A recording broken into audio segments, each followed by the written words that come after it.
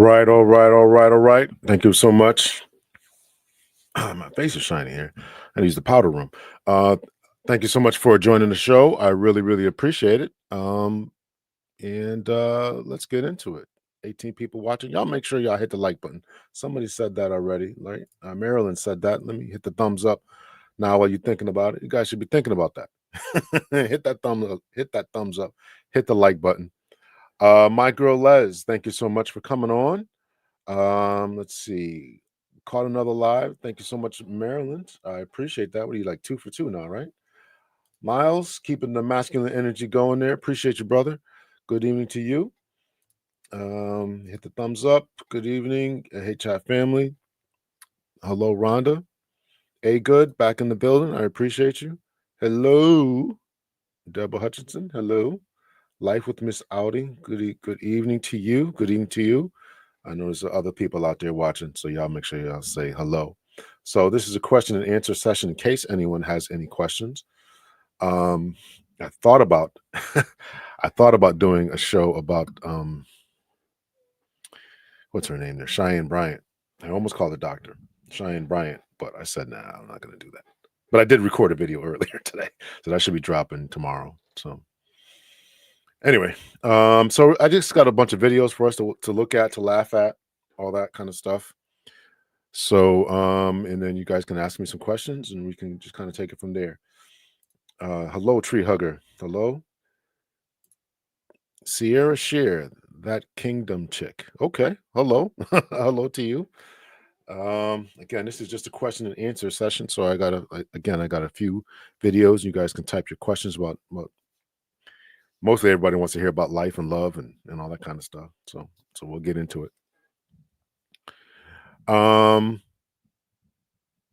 Is there anything else I wanted to talk about? No, I don't think there's anything else really, really big that's going on that I wanted to talk about. So let's see. Make sure you hit the like button and see some hearts going up. So hit those hearts and all that kind of stuff. So all right. So let's get into it. First video is up. First video up is kind of a funny one, right? So this is for all you parents out there.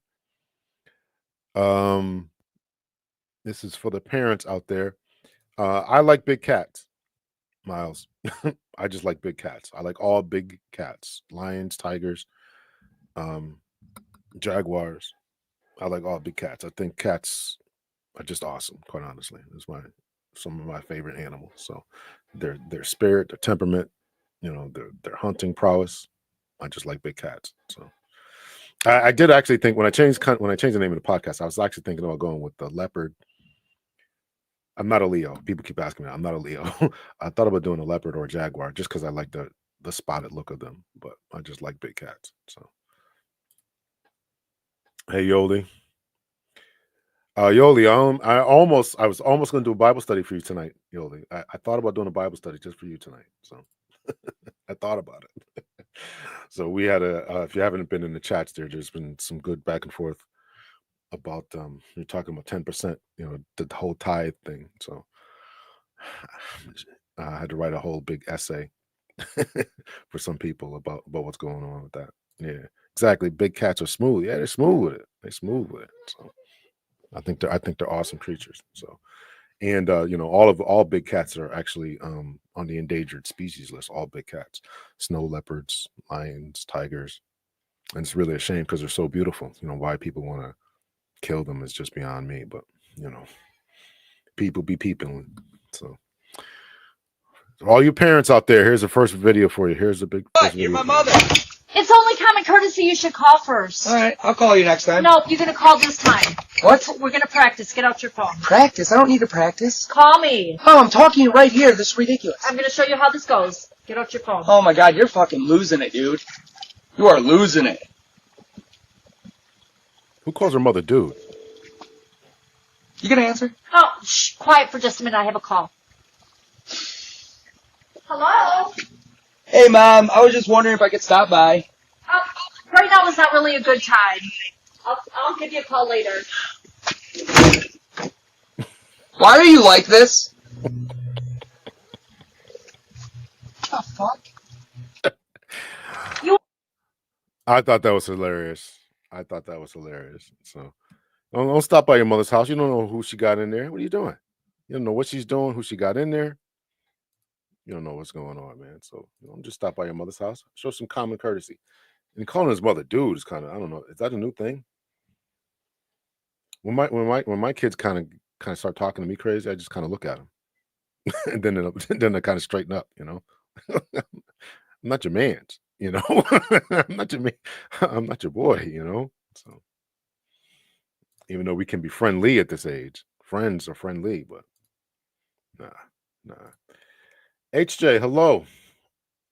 Apex predators. Yes, absolutely. Yeah, I just like big cats. Is there anything else? Yeah. This is for all the if there's any snobbish people out there, this next one is for you all. Let me take this banner off here. If there's any snobbish people out there, this one's for you.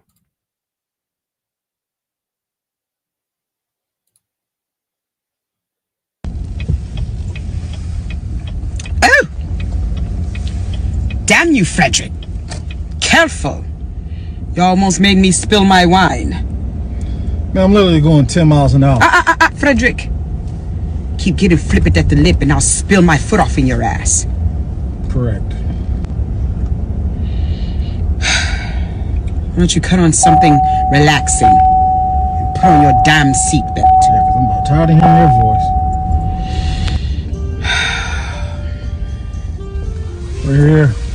This is it, Frederick? Yes. This is where you've been letting your children frolic around? All right. Be nice.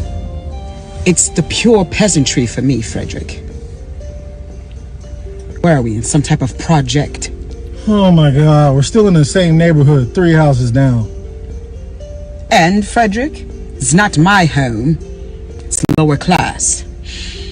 But Figured you'd say that. nevertheless, whom you choose to let your children frolic around with is none of my business. Ready to get out? Get out? For what? I don't want this to be all day affair. Frederick, I don't mix and mingle with the riffraff. Go summon your own children. I'll wait in the car. Why'd you even come? Some of y'all be acting like that. I don't even think she could drink the wine in the car like that, right? I think that's illegal, depending on where you are, right? You can't have open bottles of containers of alcohol. You can't be doing that, right? And Frederick just taking it. So I thought that was pretty funny. That's the second skit I saw them. I can't find the other one. Well, I didn't really look for it. I saw it early this morning. I didn't look for it again, but she's a pretty good actress there. She's pretty funny. And Frederick just be sitting there just taking it. I thought that was funny. So, all right. So I found some simp videos. Some simp videos. So we'll play some of those. The snob sounds like Roscoe Lee Brown. Roscoe Lee Brown. I don't know who that is. Who's Roscoe Lee Brown? I might be missing something there. I'm definitely missing. I don't know who Roscoe Lee Brown is. Maybe I missed a movie or something. I don't know. Well, speaking of movies or TV shows, well, I'm speaking of it now. Has anyone seen Tyler Perry's new show on Netflix? Somebody keeps telling me it's good. I keep telling them I don't believe them. Has anybody seen that? I heard it. Somebody told me it was good. But everybody always tells me stuff is good by him, and then I watch it, and then I get mad for not watching it. Yes to the question I just asked. It's good. Tyler Perry made a good movie, good TV show, I should say. I find that hard to believe.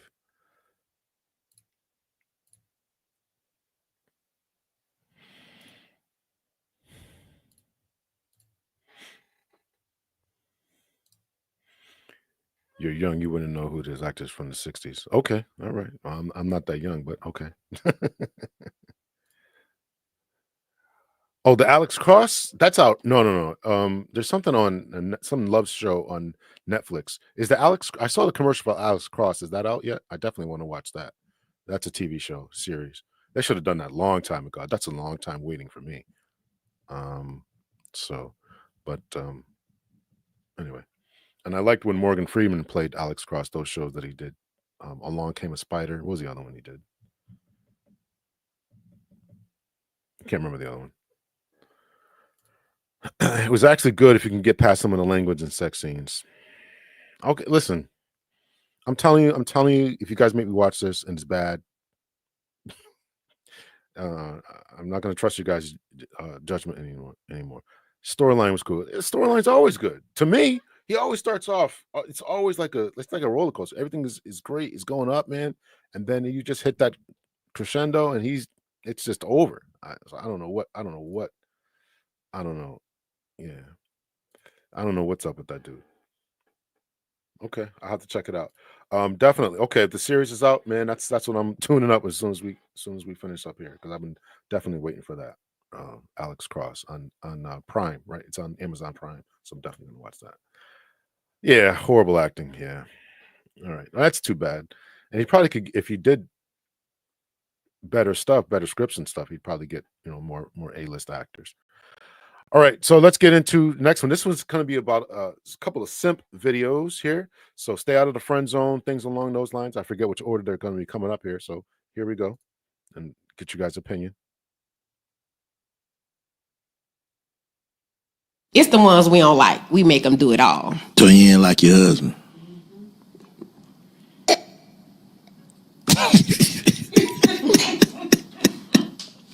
I ain't trying to embarrass my husband even more on the internet, but he was a simp and I seen the opportunity and I took it. Well, I'm saying what his qualities was. I mean, for one, he accepted the fact that I have 3 kids. So you got 3 kids too? I have 3 children.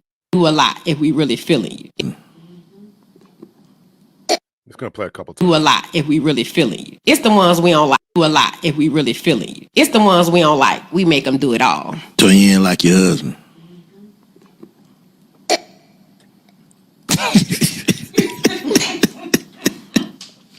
I ain't trying to embarrass my husband even more on the internet, but he was a simp and I seen the opportunity and I took it. Well, I'm saying what his qualities was. I mean, for one, he accepted the fact that I have 3 kids. So you got 3 kids too? I have 3 children. So listen, she's saying, and I really got to hope that these are skits.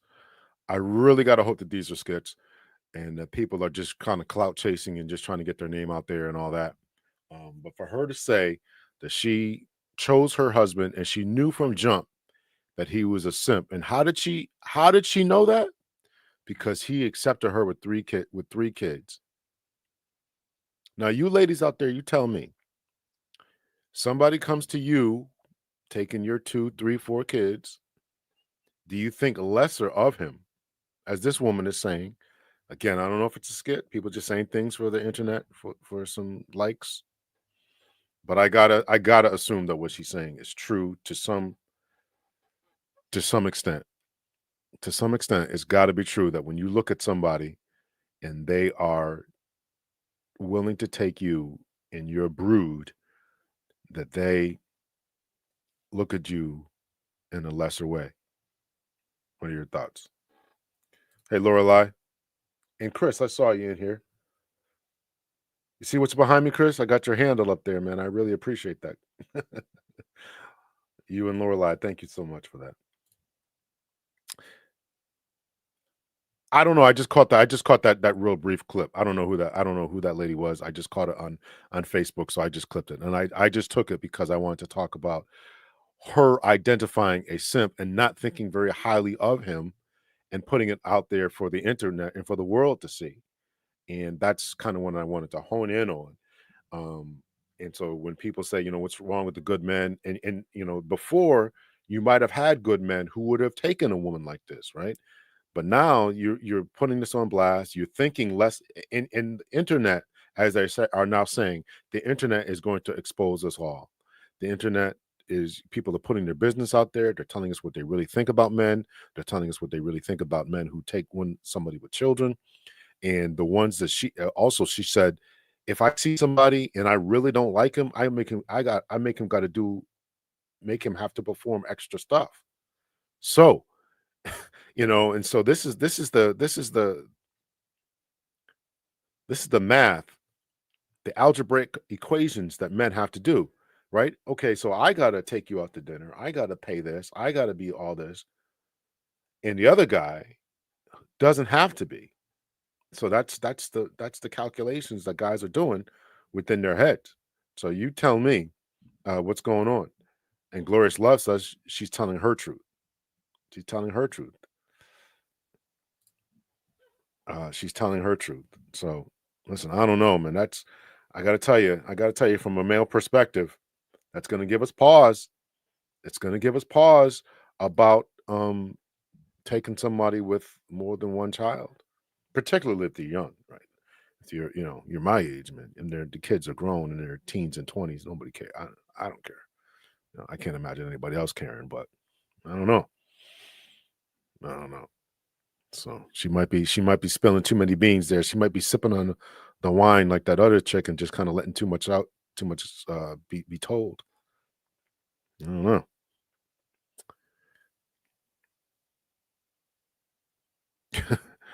It's extremely messy. And when he asked the question, I mean, let's run it back, as I say. When he asked the question, she just sipped her wine, didn't even answer did not even answer the question. So I'm hoping, assuming, number one, I'm hoping that it's a skit. Number two, and I'm hoping and assuming that they're not together anymore. She would just not. I hope he's not going to take this woman back and have him crawl in the bed with her at night. Or that's just madness to me. That's just madness.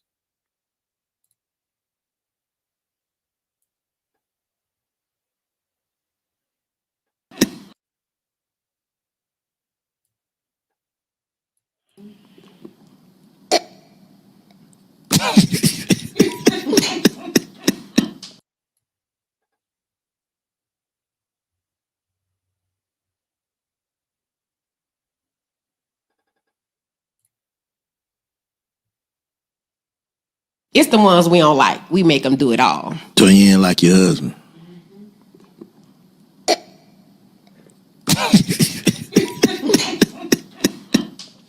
I ain't gonna embarrass my husband even more on the internet, but he was a simp and I seen the opportunity and I took it. Well, I'm saying what his qualities was. I mean, for one, he accepted the fact that I have 3 kids. So you got 3 kids too? I have 3 children. Do a lot if we really feeling you. Do a lot if we really feeling you. It's the ones we don't like. Do a lot if we really feeling you. It's the ones we don't like. We make them do it all. So you ain't like your husband.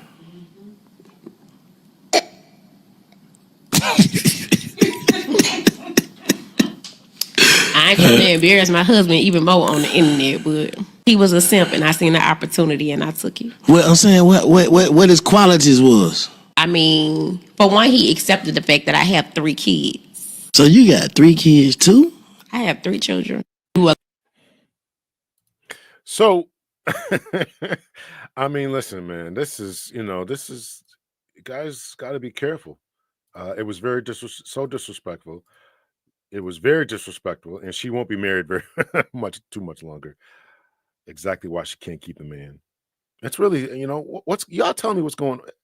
Listen, it's what is going on out here. Sometimes I don't believe this. I can't believe this stuff is real. I can't believe it's real. Can Instagram internet fame really mean more to you than your family? Really mean more to you than your family? Than a family? That's really, really a shame. This one I got from somebody who I follow on Facebook. Gosh, I always forget his name, but I think it'll be up here. So he's got some good commentary, so we'll listen to him. CJ Salter. For men and women. Okay. What is up with all of the pretty women being single? You serious? What is it? I really get so confused when I see a beautiful woman with a nice body, with a nice face, and she's by herself. Okay, let me try to help you out. Because every woman thinks her friend is the best woman in the world. Just because a woman is pretty with a nice body does not equal a good woman. That just means she's pretty with a nice body. Most women, not all, who are pretty with a nice body are annoying. And the reason why they're annoying is because they've never had to do any work on themselves to get a man. Because all they have to do is get dressed and some man will come running along and give them everything they want. So she's normally used to getting what she wants when she wanted, but that is normally from simp men. And we all know women don't really like simp men. She wants a regular man, but when she go and date a regular man with some morals and some values, she doesn't want to abide by rules because she's never had to. So she'll mess that up some way and she'll go back to the simps, but she don't want the simps, so she remains single, then blame everybody in the world except her for why she's single. Instead of doing the work on herself to make her better mate, she'd rather just sit home and complain about the type of men that are out there that won't do what she wants them to do. I really hope this helps you out, but that is the answer to your question. I thought that was a good commentary. He's absolutely right. Sometimes people just don't have the need to work on themselves. You've relied on your beauty. People have probably from the time you were 13, 14 years old, you had men trying to talk to you, buying you little stuff, buying you little trinkets. So you got a sense of a spoiled entitlement mentality. You never had to work on your personality, never had to work on giving back, never had to work on developing a sense of humor, developing just a nice demeanor, personality. You never had to do it. So now, you're hit your 25, 30, 35, and your body may be incredible, and you may have an absolutely gorgeous face, but you haven't done the work in order to, you might be able to attract a man, but you haven't done the work in order to be able to keep a man. So, and as CJ Salter said, the type of men that would be willing to be around you, the simp, as we just saw in the previous video. Again, I gotta watch how many times I say that. I think that you think YouTube is banning that word. They don't, those types of men are not respected. Those types of men are not respected. So, and Glorious Love is saying, what she's saying is women will mistreat a man she doesn't respect. So men out there, you need to work on being a respectable person. First of all, respect yourself, love yourself, level up, get your mentality correct, get your mind right, get your money right, get your gear right, get your life right, get your emotions right, get everything in line before you try to attempt to walk into somebody's life. Because if they don't respect you, you will reap the whirlwind of their disrespect. You will reap the whirlwind of their disrespect. So, and that's unfortunate. So here's a young woman.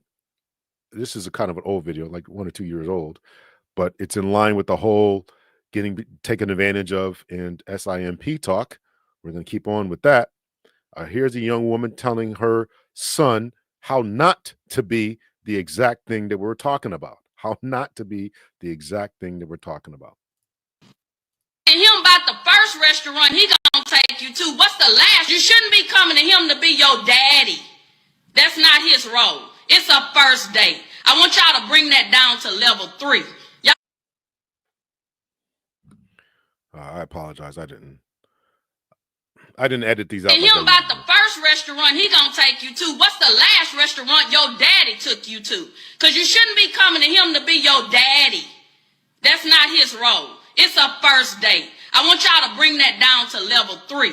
Y'all way on 10 with this foolishness and want to embarrass somebody. My second question is, have you ever been anywhere? Where do you take yourself? Let me see your checkbook registry. Let me log into your bank account and see what you feed yourself on a regular basis. Where do you take yourself for lunch or dinner?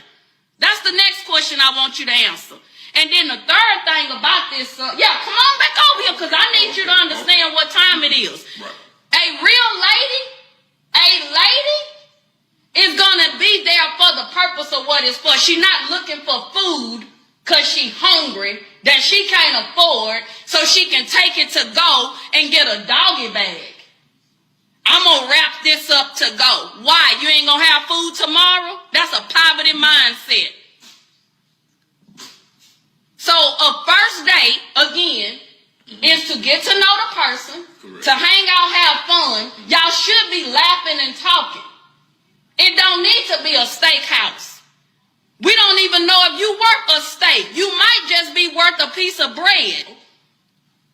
So ladies, young ladies, grow up. Get some maturity about yourself. Y'all buying titties,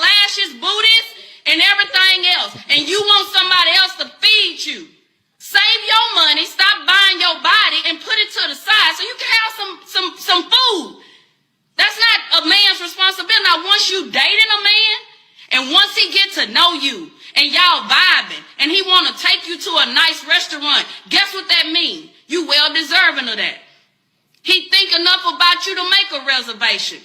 But some of you don't have reservations about your mouth. You talk bad, you disrespectful, you ghetto, you trifling, you don't have an income that substantiates what you want this man to do. You don't reserve being lazy. You full out lazy. You have no reservations on that. But you want the men to make a reservation for a restaurant, but you don't reserve what's between your legs. You passing it out like candy. You rated E for everybody. Oh my, all righty. Yeah, absolutely. She said he's rated E. She is rated E for everybody. Shout out to her because she is trying to make sure that her son doesn't become exactly what those other two videos that we talked about, right? And she was standing on business. She was standing on business. So, you know, this is what's going on here now, you know. Mothers who have sons can relate to this talk. I agree with her 100%. Absolutely. And I'm glad that you all can get behind it because when I say it, I sound broken dusty. Taking you out to the crazy restaurant. The guy said he sounds broken dusty. Oh, but when it's your son, oh, it's all different. It's all different now, right? When it's your brother, when it's your son. But it's somebody's sister, somebody's son, somebody's father, right? Was the computer across the room? I'm assuming it was a cell phone. I don't know. I don't know. No lies told by this mom. Also, Glorious, you said what'd you say, Glorious? Not true. You seem beautiful. Of course, it's not 100%. There are definitely some beautiful married women out there. So it's not all beautiful women, but you know, to the woman's question in the video, you know, why is she seeing so many? You know, you got to chalk it up to that. I would assume. Got to chalk it up to that. Yeah. Absolutely. When it's your son, it's all different now. You know. So, all right, next one up. So this woman at least recognizes that she is not good enough for this man. This one I thought was very, very interesting. I'm going to say no, but let me tell you why. You look like a really good man. And you got a high credit score. You have a 9 to 5. I'm just not that girl for you. I'll probably just ruin your whole life. You think so? Yeah, absolutely. You look like. You rated E. No, I want to play this. I want to play that lady again because she recognizes she's got pink hair. I mean, her body is nice, but she got pink hair. You know, I think she got raptor claws. I could definitely, you know, see the spiders on her eyes. You know, the eyelashes. And all that. All righty. Yeah, absolutely. I'm going to say no, but let me tell you why. You look like a really good man. I can't deal with a good man. Now she got the raptor claws. She got the pink hair. You know what? I don't know. I cannot wait for this phenomenon about the eyelashes to go.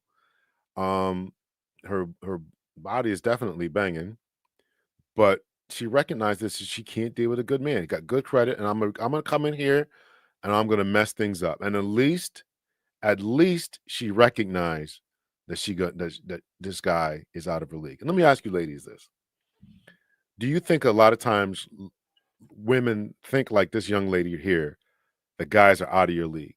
Do you recognize that, or not? Do you all? But do you know women who recognize it, and therefore they will say no, no thanks, because they recognize that this guy is above them, right? And there's always this talk about getting a high value man, getting a high quality man, whatever all that means to you. Do you think sometimes that some ladies will say, "Hey, listen, you're just too above me, right? I need somebody who's down to earth, who's going to be able to meet me where I am." And so I actually give her a lot of credit for saying, because because this guy's probably not used to having his windows busted, right? He's probably not used to, her doing the woman doing a bunch of crazy stuff.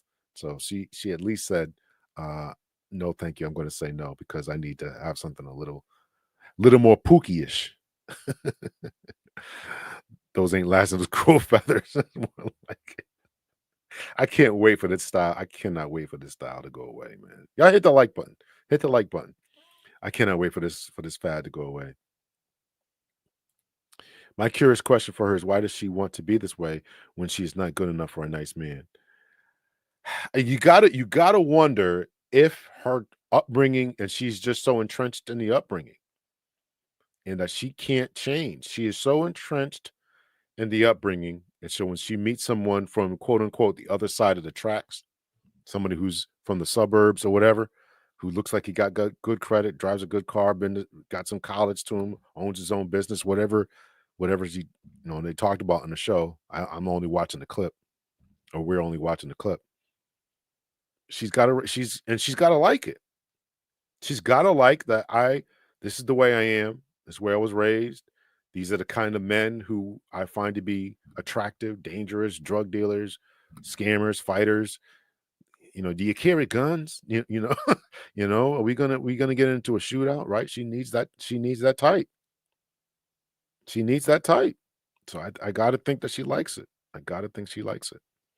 I think the fear of having to come up to the level causes them to quit. I'm starting to think that way too, Chandra. I'm starting to think that way too. That this guy is just whatever, and I hear all the time that I want a nice guy or kind guy and who wears suits and works in finance, or he's got his own business or whatever. And this particular young lady, again, I'm giving her credit. I'm really giving her credit because she's like, I can't do that. But how many other ladies are thinking like that? Whether they're, she's obviously extreme in her fashion statement, but how many other ladies are thinking like that? How many other ladies are coming across guys who they don't think is on their level? And therefore either sabotaging it or not even giving the guy a good chance. And then when he goes to Becky, Mei Ling, or Rosalita, is it going to be an issue? I don't know. He's obviously talking to her right now. But now, next thing you know, is it Rosalita, Rosemarie, Mei Ling? And then everybody's going to be mad. What happened to all the good men? How come they keep marrying out? Then you guys will be blasting me in the comment section. Crazy. So this is why I talked about this. We got to talk about our mating and dating strategies. We got to talk about this. And this comes from generations, one or two, of not raising our young ladies to value that exact type of guy. You don't value that type of guy. That's the issue. We got to raise our daughters to value that type of guy. We want to raise our sons to be this kind of guy, but we got to teach our young girls too that this is the kind of guy you want. Don't bring nobody else up in here. I talked about this before. Somebody wrote this in the comment section today as I was reading it. Running by Brother by Me University, which I'm still doing, by the way. But you got to have strong uncles, fathers, stepfathers, big brothers. These guys ought to be helping you to vet. Helping young girls like that, she's obviously in her 20s or early 30s, to vet these guys and say, these Pookies and Ray Rays, and you can't bring them. You can't bring them here. Don't bring those type of guys here. So you need that kind of help. It's easy. That's a good point there, Joe. It's easier, or Joy. It's easier not to do the work, man. And that was the pretty girl problem. That was a big problem that we played before. It's easy for this girl not to do the work because that guy's not going to want to tolerate some stuff. So it's easy just to go along. That's good. That's an excellent point. It's not that she's not good enough. It's that she doesn't believe she can grow to that level. Another good point. And a guy like that is going to hold you to that standard. Well, listen, no, you can't do this. You can't do that. We getting up early in the morning. We're gonna go work out. You don't need this makeup. You don't need this. You're gonna fix your hair. We're gonna learn how to do our hair. We're gonna, we're gonna take these claws off. We're gonna speak. We're gonna be presentable. Yeah, she's good with it. And that's the problem. That's the problem. She's good with it, and there's no incentive to do more. Just like Joy said, you can't just settle here. It's a good point. This is sad to me because the choice of her looks are purposeful. She has done this to herself intentionally. Listen, I see a lot of low self-esteem. I'm gonna try to pause it here when I pause. Got high. Well, I'm saying what his qualities was. I mean, for one, he accepted the fact that I have 3 kids. I'm sorry for that. Put it to the side. Restaurant. Guess what that means? I apologize, but I see a lot of low self-esteem here. I see a woman with a lot of low self-esteem who doesn't like her hair, doesn't like her eyes. Obviously, and the assets that she's trying to show off will attract a certain type of guy. But that's all I see. That's all I see when I see a woman who's dressed like this. It's all I see is just low self-esteem, and it's a shame. I mean, I bet you she take all that off. She's a beautiful woman underneath there. I don't know. It's too bad what we're doing. Too bad. She's good with the negative beliefs that have shaped her world. Have you heard about the new trophy wife? No. Is that a TV show? I don't know. I don't know what that is. I haven't heard that. New trophy wife. I know the term trophy wife. I don't know if this is a TV show or what. Please elaborate. Her environment has done this to her. Yep. She doesn't recognize that she can change. That's a good point too. She grew up in this environment. This is all she saw. Everybody around there was putting on blonde wigs, pink wigs, blue wigs. The rappers that she sees.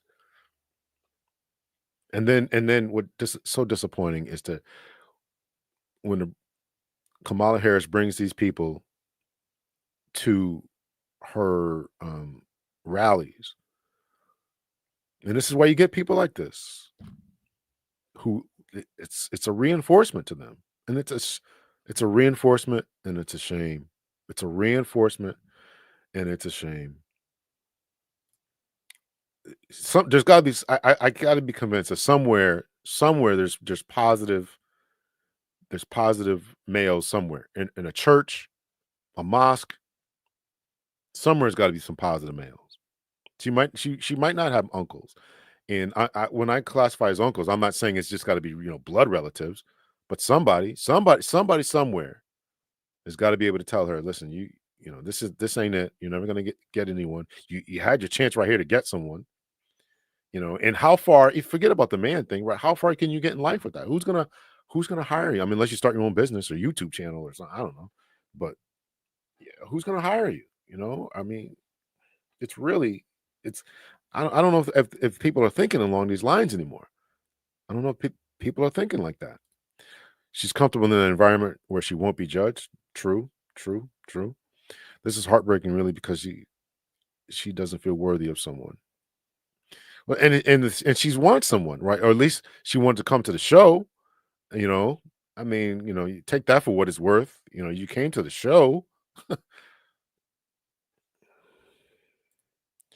Men don't necessarily have that luxury, elevate or have nothing. Listen, a guy like that be on the street, right? If you're not working on yourself, you will be on the street.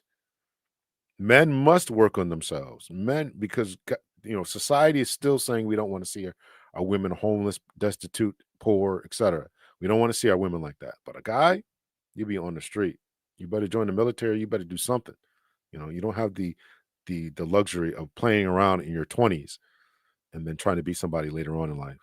These young people are in trouble when it comes to relationships. I gotta wonder if they even want those anymore, because they just get sexual access and that's good enough for them, which is bizarre to me. It's really bizarre. Maybe we're just a bunch of old fogies here. I don't know, but it's bizarre. But they're just fine with having random hookups, never seeing you again, call you in again in 3 weeks when I'm ready to do it again, or call somebody else in the meantime. What is going on? What is going on? You know, no emotional attachment. They don't want any of that. If she stripped that stuff off. Yeah, that's crazy. Yeah. Well, she's a YouTuber, single mother of 5 now. She just made a video about her rich husband. He was molesting her 2 and 4-year-old daughters. Tragic. Her whole channel is now a red flag. She's a single mother of 5 now. She just made a YouTube. She just made a video about her rich husband. I did not hear about that. I did not hear about that. No. I'm assuming those kids were their kids together. I'm assuming that. No, I didn't hear about that. That's not, unfortunately, being a former police officer, I become shock proof to all this stuff because you know, I was in a good sized city, and we had all these, it was every day for us. So, people molesting their own kids. It was really kind of sad. It was really sad. So I become shock proof to all this. And this is obviously a terrible and tragic story. So also I wonder too, is anybody checking into this? Let me just put my cynical mindset here. Is is anybody checking into this? Because is it real, or she's just doing this for clout? You don't know who's doing what now for this, that, and the other. So trophy wife bought and paid for a lot of talk going on about this. I have to check it out. I have to check it out. You can come on now. You can come on now. I'll drop the link.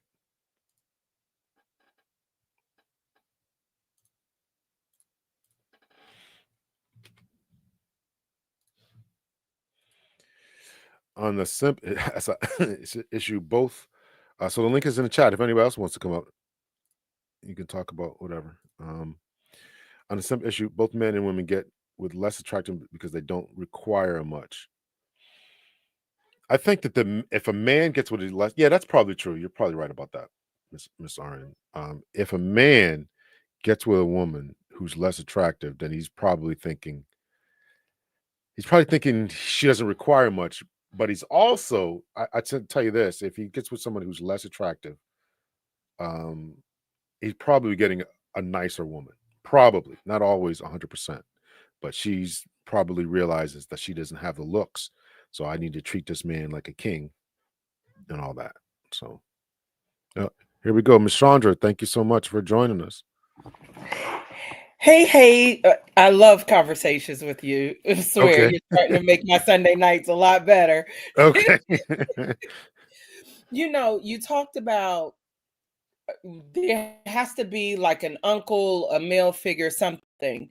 And the sad reality is, and for those of you that don't know, I'm a special education high school teacher, hardcore inner city. We're dealing with generations of youth who do not have that. They don't have that. The males that are there are the Pookies and the Ray Rays. So the Pookies and the Ray Rays ain't gonna tell her to cover up. They're the ones throwing money at her. They're the reason she believes that she can leave the house like that. There's the whole nature versus nurture in her mindset. And one of the things that is upsetting to me as a society that we're throwing so much at people as opposed to helping to build them up. It's her fault. Well, she's wrong. She needs to grow. But if she's never been exposed, how is she going to know? And I'll use myself as an example. I've had horrible self-esteem. I used to do makeup. I've even done a freelance 2 independent films. I was a Sephora makeup artist. I've done makeup and for years. And there would be times, guys, every once in a while, I'd be like, oh, you don't need it. They would say it, but I still felt I needed it. And it wasn't until when people understand about communication, you have to communicate to the level that the person needs, not what you think you should tell them. And it wasn't until someone said to me, why do you think you need that? You are such a beautiful person. And it made me realize up until that point, I had not. And by this time, I was divorced. I couldn't remember the last time a male told me I was beautiful. And so when you're talking about, people are out here, they're having sexual interactions with other people. They're doing it as it is. Where's she going to go with that? Especially for me, I'm in a Midwest city, so you don't need to have higher education to live pretty decent. You can work your way up, become a shift lead, a manager lead, food and service industry, retail, and still afford to live pretty decent here in Indianapolis, Indiana. They'll try to say it's expensive. I'm from New York. I know what real expensive is. So those are the things that people don't see the full picture. And one of the things that I'm always encouraging individuals, especially we're in this online society where everyone has an opinion, and because somebody posts something publicly, we all can comment on it, not realizing you're commenting from your perspective. And the same way Say that again, because I keep getting blasted in the comment section. Say that again a little bit louder. Well, you're commenting from your perspective, and your perspective is your reality, but it's not the reality. Right. And it makes me think of even like I've just started my own little podcast, and I was talking about truth versus facts, because a lot of times people seem to think those words can be synonymous, which they can, but sometimes they're totally different. The video you did about the church and how the church is keeping women single and stuff, most ministers in the church would disagree. However, I'm a minister in the church and I strongly agree. The church had me marry someone that I should have never allowed myself to be yoked with to begin with. And then, it was all of these other issues came up in our marriage, and, now you're married, and the bed, all of the religious tones, which ultimately did what? It took almost a decade of my life between the relationship, courtship, the ending, my healing, dealing with a miscarriage in the midst of it, and religious terminology. Let's begin to, as opposed, well, she like it that way, but if that's the only way she know, then that's her truth. So therefore it is good to her.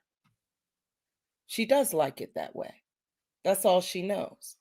I never realized until I was in therapy that my upbringing, I suffered significant trauma. And when my therapist said this to me, it threw me because it was my normal. To me, it wasn't significant trauma. But then later on, after going through some more trainings and understanding about the adverse childhood effects study and realizing, wow, I had 8 of the 9. Yeah, that's significant, baby girl. And that's my 2 cents. I want people to Listen, think I appreciate it. holistically. Yeah, no, Think I definitely. holistically, not just be so quick. Especially women, we do this. We just, oh, it's her, it's this, it's that. Which is why I have a bunch of relationships with younger women that I take underneath my wings. I have a student, I work at a high school, one of our career trainings, and I have a young lady that her pathway is cosmetology. She's always wearing a weave. Why are you always wearing a weave? Yeah, Well, have I you gotta asked get her my hair what's the done. answer to that? What's the answer to that? I gotta get my hair done. Okay, so get your hair done. Well, my hair is short. Well, how short is it? Well, it's here. So what's wrong with your hair coming down here, girl? And then I find out from another young lady, so when she left and went down to the cosmetology class, it really bothered her. And so she was having a conversation with another student, and the teacher was like, you don't have to, but you feel you need to. So I found out it created a whole nother conversation with another educator and other students to begin to think certain things, that's what it is. We want to begin to grab these women and cause them to think a different thought. But if all they know and all they see is their community, and there's so many hair stores and there's so many this, one of the reasons why I love being free form and having free form locks is because women need to see that. You don't need to have perfectly manicured sister locks. My hair is fuzzy. I got real Black people here. You could call them nigga naps if you want. I don't care. It's mine. And it's on me. And it comes from me naturally. And being able to create these conversations and atmospheres for our young women to come forth and continue the conversation. And it isn't a right or a wrong, but I just want you to think a different thought. So you started off, we're talking about the need for uncles. Do you think that they're more likely to listen to you, or are they more likely to listen to male figures? Because even you said that it's been a long time since you heard a man tell you that you're Oh, it's beautiful. everybody's wanting validation from the opposite sex now. Okay. So yeah, very much so. Very much so. And that's that whole, and one of the things I love your background is understanding about the whole, opposite parent validation that children need, so women like me, I wanted to marry my father, and I'm a woman, I had a really good father. And when I got out here not understanding that what I had is so rare, it really shook me because it was so normal for me. Between my father, my uncles, my godfather, I had a father who had really good male relationships and best friends. And so that validation from someone of the opposite sex and being able to work together as a team. So like I have 2 other male coworkers that they help me layer when it comes to my students. And we reach out to one another. And so one of our male teachers is also a local radio personality. So he's part of our broadcasting department. And so he is now spearheading, we're working on a whole mental health piece and to provide an area for students and staff. So we always layer together. He had a student that was in crisis, was spiraling in his class. He sent somebody to get me. Am I a social worker? No, but he knows I possess that innate ability.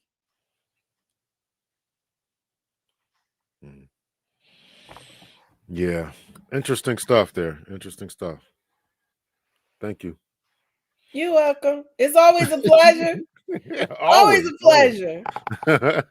Y'all make sure y'all hit the like button here. We got 56 people watching. The show's growing, so I appreciate that. Thank you so much. You can stay if you want. I want to continue on. I got a few more videos to play. All right, I'll stay for a little bit. Like I said, right, I'm enjoying my Sunday evenings with you now. Okay. Black women tend not to listen to black men. As a majority, they come from a matriarchal generational family. That is something that I'm exploring. Actually, I wanted to jump into this. This is something that I'm exploring right now. I'm reading very heavily into this, and I want to show this. This is and this ties into what you were just talking about, Shonda, excuse me.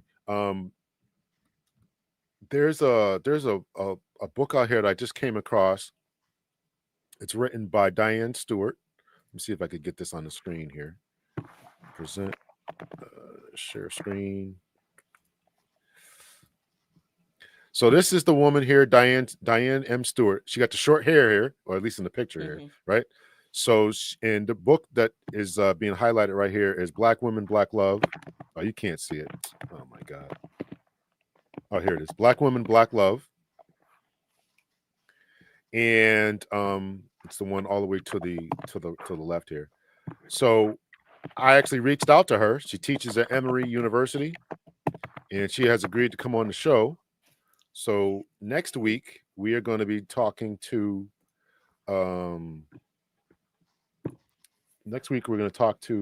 Anita from Better Love Movement, and we're going to title the show why Black women are single, something like that, something along those lines. That's going to be for next week. And then 2 weeks later, on December 8th, I'm going to talk to Miss Diane Stewart, talk about the book. She wrote the book 4 years ago. But I'm excited to talk about it. I'm enjoying the book.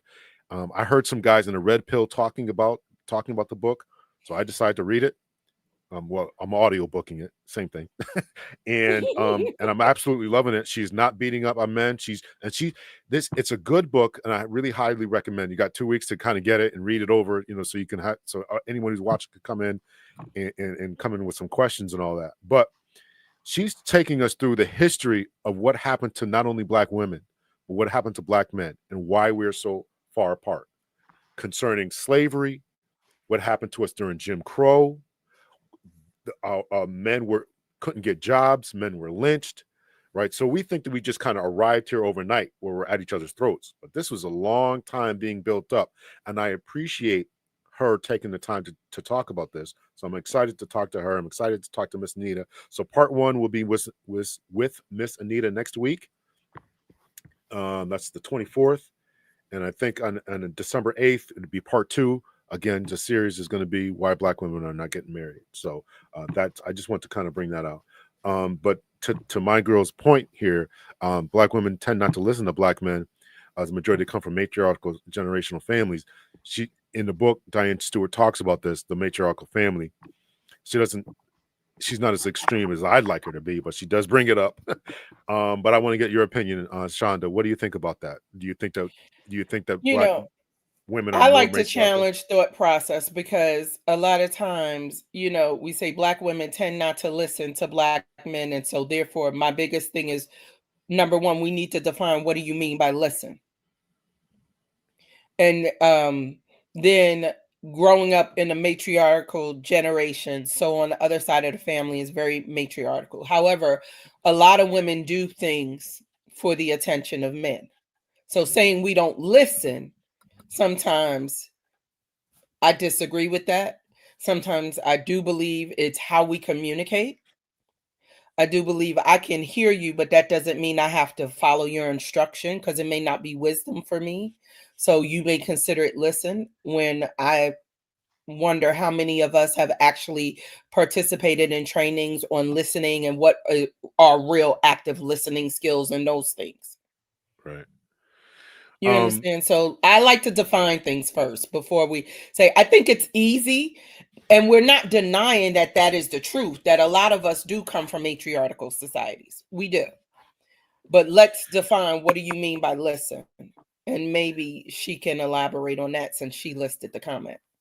Sure. So when you said that you were wearing makeup, et cetera, and the guy said to you, why are you wearing it? Because you're so beautiful. That would be, to me, an example of that, because and I've said some things I say some of the same things that you said here tonight. And that's why I said, say it again louder and all that kind of stuff. And that's why a lot of times I want to have ladies on, because it makes it seem like I'm some misogynist. But I'm telling you what men like. So I did a video called "Are You Listening?" So that's kind of what we're talking about. A lot of times we don't like the excessive amount of makeup. We don't like the raptor claws. We don't like the pink hair. We don't like all that stuff. But again, everybody in the comment section tonight was even saying this is her environment. This is where she is. This is where her mentality is. So the question is, how do we get them out of this mentality?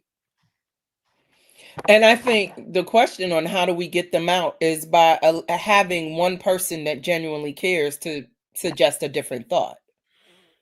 Because her major environment, whether it's like, I could think of a zip code here, 18, and how all of the dynamics that come with that zip code, but yet I chose to work in that zip code. So therefore, when I'm in that community, I create a different thought, like the conversation with the young lady that is 15 wearing weaves and spending all her money for weaves. And then having it, but it's a layering effect. I think a lot of times we want everything to change overnight, not realizing we're dealing with years, decades of the opposite. Absolutely. I agree with you. I agree with that. Erlene, if I missed something, please tell me. You said you're still waiting. If I missed something, please tell me. I did scroll up. I don't know if I missed something.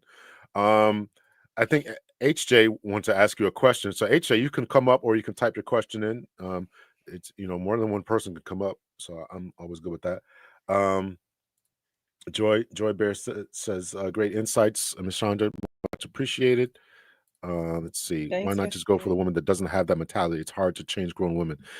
So I think that that's one thing that we're having a difficulty in particular in the Black community, is the good guys, as we saw, were being passed over, and the hood type girls sometimes are going for the hood type guys. And as I laid out before, some of the hood type guys, some of the good girls who grew up in the hood were imprinted on by these hood type dudes. They go to college.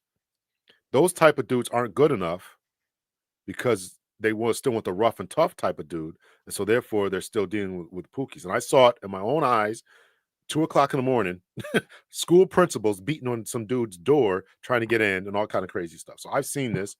Diane Stewart talks about it in her book. She elaborates. She doesn't. Well, she talks about in her book that this is a problem for the educated woman because they want a certain type of guy, but the type of guy may not be as masculine as they're used to. So how do you deal? So how do we go all? How do we deal with all this type of thing, right? So let's see. I just came in. Why did you refuse to refer to Cheyenne Bryant as doctor? That's a whole nother conversation. You already talked about it on another video. We are not getting sidetracked, not tonight. Here's what I'll say. I did a video earlier today, in which I'm fairly certain even more that she's not a doctor. So that will be dropping tomorrow. So you can always send me an email or comment in that video. But I've done a video already. I got another video coming out tomorrow that I'm going to drop. So I don't believe that she's a real doctor. So we just go off of that and we'll just keep going. Let's see. That's just coming in. Mahogany, hello. No, I'm still waiting to hear a man say I love you. Oh man, I understand. Yeah, that's too bad. Yeah, it's swag. It's swag. It's swag. Yeah. And that's why I'm trying to encourage guys to have that swag. Because I don't think that I don't think that there's anything wrong with being educated, but you gotta have that. You gotta have it. You gotta have it. So I'm trying to work on that, and I'm putting some stuff together to try to get men to have it. A couple of guys have reached out to me to do some life coaching with. So if you know any males who need that type of thing, how to walk that fine line, I can try to help. I can help with that as much as possible. Good evening, October. So. Let's see. Good. That's a slippery slope rabbit hole. If you don't respect yourself, a woman will never respect you. As a man, absolutely, you must respect yourself. Thank you, Mike David. And it goes the same way as women. We don't respect ourselves. We can't expect a man to respect us. That principle works no matter the gender. I think a lot of times we're so busy allowing ourselves to look at genders and men and women, not understanding some laws are just ground and spiritual. It doesn't matter who's applying it. It works. When I didn't feel beautiful, then I didn't treat myself as beautiful. I didn't treat myself with respect. So then I allowed anything. And once that changed, the quality of men that I interact with changed. But I had to change first versus, you can't make anyone do anything, but you can work on yourself. You can learn about your attachment styles and what's going on and what is your attachment style. And when you realize, you have anxiety from your childhood, then here's some things that we could put in place to deal with that. Yeah. So those are certain things that people do need to appreciate themselves, love themselves. The first relationship that you need to work on is the one you have with yourself before you try to get into a relationship with someone else. That is definitely important. Men must be strong. It shouldn't matter if he's from the hood or not. 2024. That's I think that's a lot easier said than done. Because you have to develop strength. You have to challenge yourself, push yourself, and that can come through sports. It has to come through achieving certain successes. And men have to be built. We talked about before, the woman who's beautiful, she's beautiful at 13, 14, 15, starting to just naturally develop. Well, a guy, he too might naturally start to develop height and all that, but he's still, in order for him to really get the same type of body, he's got to do push-ups, he's got to work on himself, and then he's got to become, quote unquote, financially viable, right? He's got to go to school, he's got to learn a trade, he's got to do something more than just have his physical looks. So men have an extra step to become. So thank you for that. I think it's the shine. I hope it's the shine from this that you're seeing. That's crumbs. So it's not. I don't think I have anything. But sometimes I don't know. Sometimes. The ladies are looking out for you. Listen, I appreciate that. Sorry, big girl. Men look over plain Jane who want to serve and support a man. Label low self-esteem, dismiss her physically and verbally. Men put you down, a woman. Why the double standard? Let's talk about that. Okay. Yeah. I think that I think we got to be realistic, men. I mean, I think there's a human element that men have to understand as well. I'm not going to disagree with that, tree hugger. Men have to be taught that this is a good girl. I said that before. You know, you have to treat men. I think we have a mate problem. Period. I think we have a mating problem. Period. I talked about women who have been imprinted on by the dudes in their neighborhood. The guys are going to do the same thing. They might see a girl whose rear end is bigger, whose breasts are bigger, and who's presenting a certain way, and they'll pass over the plain Jane.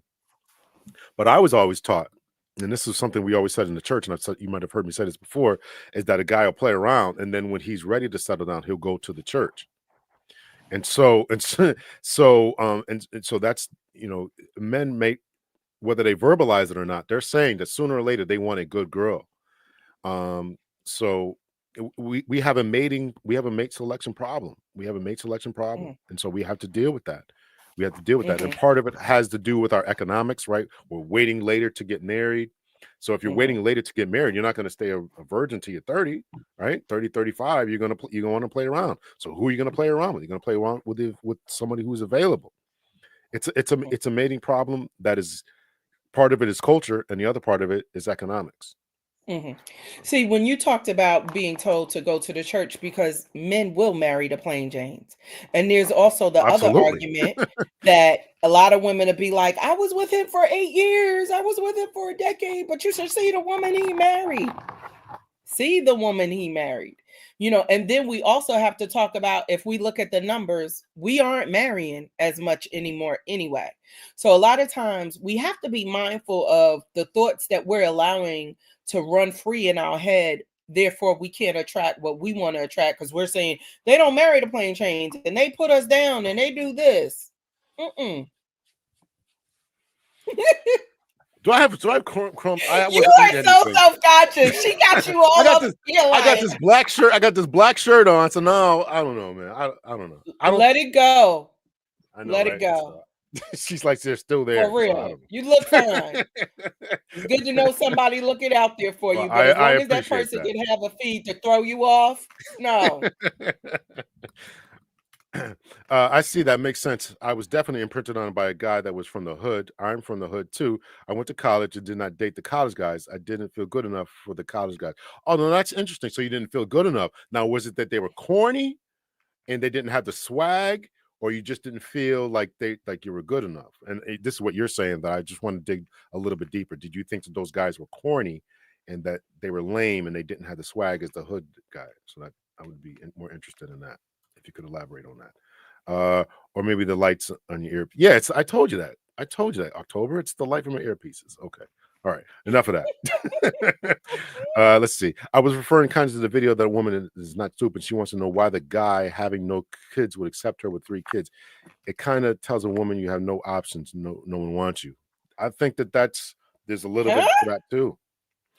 So when a guy is going after you and you have 3 kids, it signals to the woman that he can do better than me, or he can't do any better than me. Because I've got 3 kids. Here's some guy trying to get at me. He must have no options. That is sad that you think that little of yourself, that you don't think a man of quality, a man that's waited for children, can be ready to accept you and all of your beautiful seed. How about we think a different thought? Well, I'm sorry. Well, you can think that, but I'm going to be honest with you. 3 kids? No. We'll give you 1. We'll give you 1, but 3? I don't know. My dad married my mama and she had children, so you know. Well, I think, again, Diane Stewart, and that's why I can't wait to talk to her, because she talks about this. She talks about it, right? There was a lot of things going on, a lot of mixing and matching that were going on in Black communities since slavery.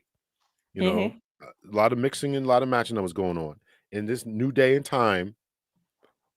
Probably, Generation X really was always kind of told, well, not Generation X, I would say, probably millennials were told, you got somebody has a kid, you might want to look somewhere else. So everybody's not doing it, but that's what it is. And so I think I actually agree that in her mind, she might think that this guy's corny. He don't have anything else.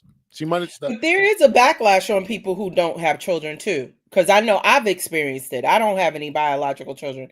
And I'll never forget when I was in my mid-30s meeting men and you don't have any kids, what's wrong with you? I don't let anybody plant their seed in my garden. I was raised right. Okay. But there's a backlash for people who don't have children too. So men don't baby men, so they gonna have to figure it out. Men definitely need to figure it out. Men are built for the challenge. Yeah, you got to challenge men. You got to challenge him, and he's got to challenge himself. Man is so complex, especially since no one addresses how manhood just amongst brothers can cause conflict. Men are trying to figure themselves out, and so sometimes you have to figure. Men are always looking. Men are hierarchical based. They're based on hierarchy, right? Who's the alpha in the group? Who's going to tell us where to go? How, and it's always kind of figuring that out. So that conflict, that conflict shouldn't last long. I assume that's what you're talking about there, Anthony. So yeah, if you go to the gym with your boys, right? I'm benching 200 pounds. You got to do 225. Okay, I got to do 250 now, right? All that kind of crazy stuff, right? So there's a lot of that going on. So, and we got to figure it out. We definitely got to figure it out. My God. What's my age? I'm looking like Brother Claus. Okay. You see how that person just want to throw you off your game tonight, and you keep feeding into it. Bruh, trust Chanda. Don't give October no more attention. A plain Jane could be attractive. For me, the closer to the natural self, the better. Listen, you are not lying about that. I'll take a plain Jane any day of the week. But again, this might be something that the more mature brothers who looking for something substantial is going after, rather than a young brother, man, who's making poor choices. So, but definitely, I'll take a plain Jane, and that's what I talked about when you're at the grocery store. With your bonnet on or whatever, and some guy's trying to talk to you. It's like, why are you trying to talk to me? I got no makeup on, and I got some, I got these, some pair of sneakers. I'm telling you, that's when you're prettiest. That's when you're sexiest. Absolutely. Listen, I respond quick, fast, in a hurry. If you approaching me and I'm at the grocery store, at the gas station. That's because he at the grocery store too. Hello? Yes, I need you to pump my gas. How you doing? How can manhood be navigated when brothers can make how you're trying to develop be your own man that's different than theirs?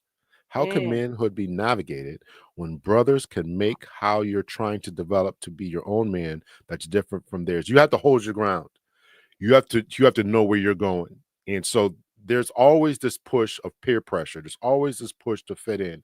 And so you have to hold your ground, stand on a firm where you want to go. Not only who you are today, but where you want to go. And so that's always going to be it. And sometimes, the older you get, the more mature you get, you have to learn to cut people off. Friendship is not always the best thing when people aren't positive, right? I'm not going to let people drag me down. I'm not going to let people sidetrack me like October's trying to do. I'm not going to let people try to drag me down. You have to establish where you want to be, establish who you are, love who you are, and then try to go in that way. So, and that's just the bottom line. That's just the bottom line. What are your thoughts about that? I agree, but in my head, I just saw something else, and I guess I'll email you about it. Okay. I'm writing notes. I'm sorry. I'm a nerd. I got another download. I was like, I gotta email him about this. Majanae, I'm not sure. She did respond when you asked her about men and corny and why wasn't she dating the guys in high school. She did respond. It's a little bit further down, but I want to make sure because you asked her. Okay. How does this apply to Generation X? I assume when I said Generation X, I was talking about parents, guys marrying or getting with single mothers. And I think that's when it started to shift where they were kind of told, don't marry a single mother. Although every single one of my friends, including myself, married somebody with a baby. So we didn't listen very well. But now millennials are now being told, millennials, and who's after that, Zennials or Generation A or whoever's after that. are now like, we don't want anything to do with single mothers. So I think that's the answer to your question, if I understood it there, HJ. The freaks and creeps are heavy in the church, Big L. Oh, absolutely. Listen, I grew up in church. Who you telling? Who you telling? Who you telling? It's definitely mine. It's mine. Yeah, okay. Let's see. The guys in the hood will fill you with compliments just to have access to your body. So here's some game for the guys out there. Here's the game from the guy. So I got this from somebody else. And this is, I think it was a woman who was telling the story. She's like, when she was dating a guy in college, this is a story I heard in a podcast.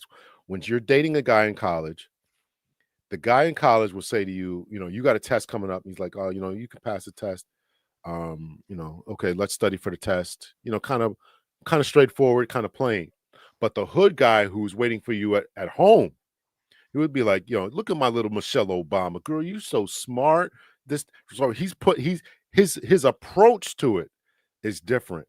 And so that's what guys who are in college, the lames, the cornies, have to develop. You have to develop that charming and gas her head up, for lack of a better term. Right? So that becomes the difference. So you have to, but then again, to my girl's point, once they get access, what happens after they get the access? That's where the issue comes in at, because now you've got trauma.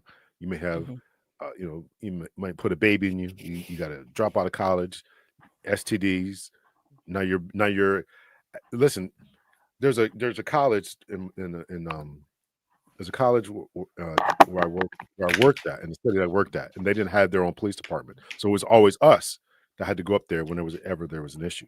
There was always dudes up there from surrounding towns, going up there, getting into fights, dealing with these girls.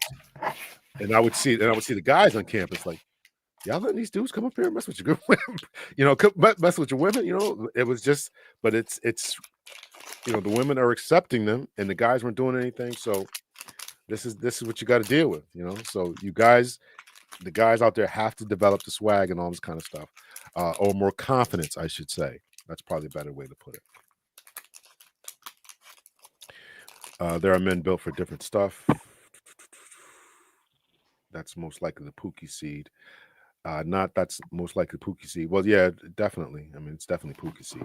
And that's another thing too, is a lot of guys are being told now not to raise anybody else's children, because more than likely it's somebody else's. It's not a good guy's seed that you're taking. It's not a product of a divorce. It's a product of running around.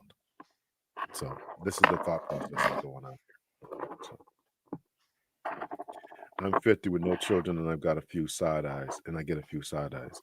Really? You don't look 50 there, Shiree. I don't think you're telling us. I don't think you're Shiree, I'm with you. I'm 49. We definitely do be getting the side eyes.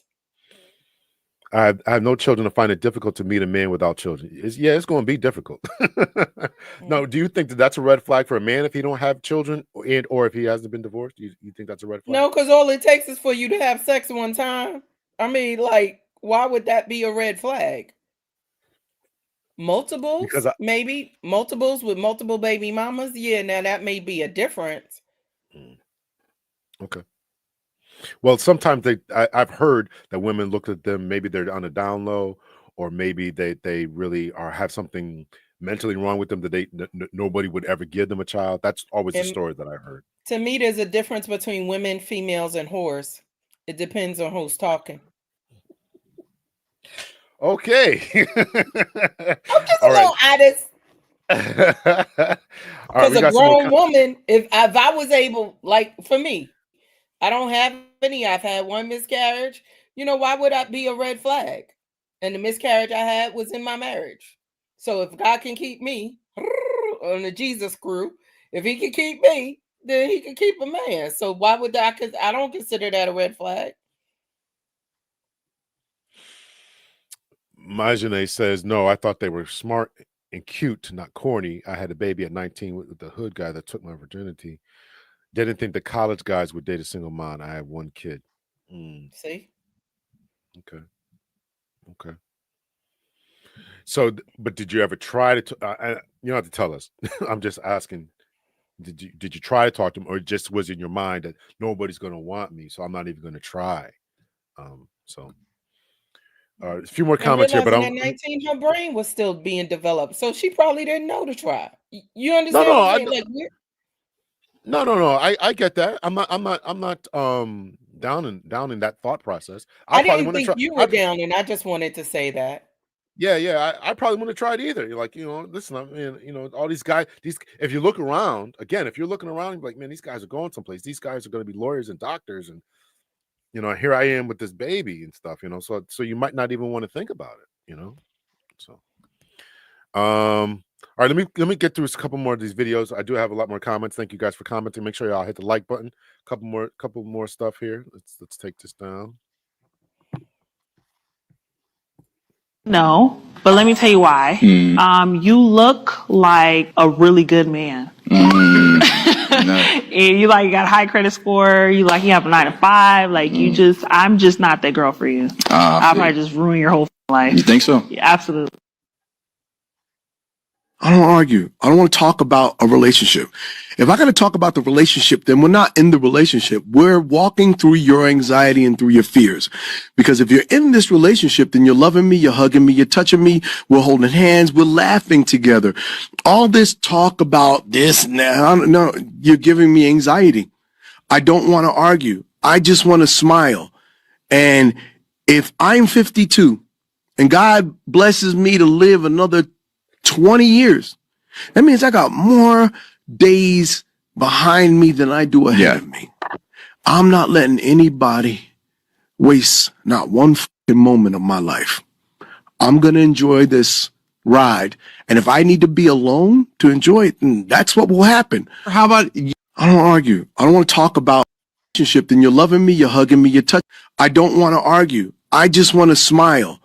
And if I'm 52 and God blesses me to live another 20 years, that means I got more days behind me than I do ahead of me. I'm not letting anybody waste not one fucking moment of my life. I'm going to enjoy this ride. And if I need to be alone to enjoy it, then that's what will happen. How about you actually fucked up? And that's easy. I'm like, oh, I fucked up. My bad. You are good. You are easy to admit. My bad. I'll do better. I don't argue. I think that's the way to be, quite honestly. I think that's the way. I think that's the way to be. Is I am. What did I do to you? How did you get to down there? All right. I think that's the way to be. Is to be. Listen, I'm not arguing. He's 52. I'm 51. I'm not arguing. I'm not arguing. We are just no. I don't believe in arguing. However, I do think at times you may need to have a conversation about the relationship. And so, I don't know the full perspective. I don't think you need to argue. However, he kind of made me feel like he's more like a dismissive, avoidant, anxious, type. Like, we're not going to talk about it. I'm good. If I got to talk about it, then hold up, wait a minute. Because you're going to have to. It's the belief of like when I'm always asking people, tell me about conflict. How do you deal with conflict? I don't deal with conflict. I don't deal with drama. Well, wait a minute. In life, you're going to have conflict. In life, you're going to have disagreement. In relationships, you're going to have to address things that you may not necessarily want to address, or they may not be easy to address. It doesn't mean you have to argue, but there does need to have some sort of communication. And I feel right now in today's society, a lot of people don't get to do the work to get to the long-lasting relationship because they're so quick to cut everything off as drama, when it isn't drama, but we do got to address some things. Well, I can definitely see that point. I think I see his point and lean a little bit more to his point. Listen, I'm not going to be sitting here going back and forth with you. We'll have the conversation. Ain't no going back and forth. Whatever it is, okay, we'll talk about it. And as he said, if I gotta apologize, I'll apologize. Listen, yeah, I effed up. Yeah, that's my fault. I said I was gonna do something, I didn't do it. I'm sorry about this. And just kind of approach it from that way, that perspective. Mm-hmm. So I appreciate that, but I'm not going back and forth about stuff. Let me play another video here, and then we'll get to it. Why is this?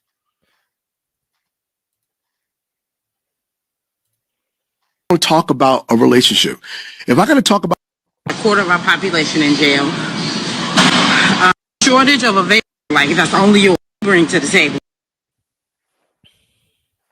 We're gonna clear this right up. Just because us women, when we say our type preference in a man and we go along the lines of saying we want a man that don't play about us, a man that protects, a man that provides, and by all means will do everything that he needs to do to protect his woman, that does not mean we want a thug.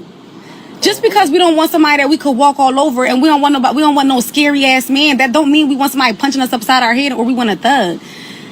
So just because I want somebody that's not scared or somebody that's don't play about me or will do anything for me, it don't mean that I want a thug.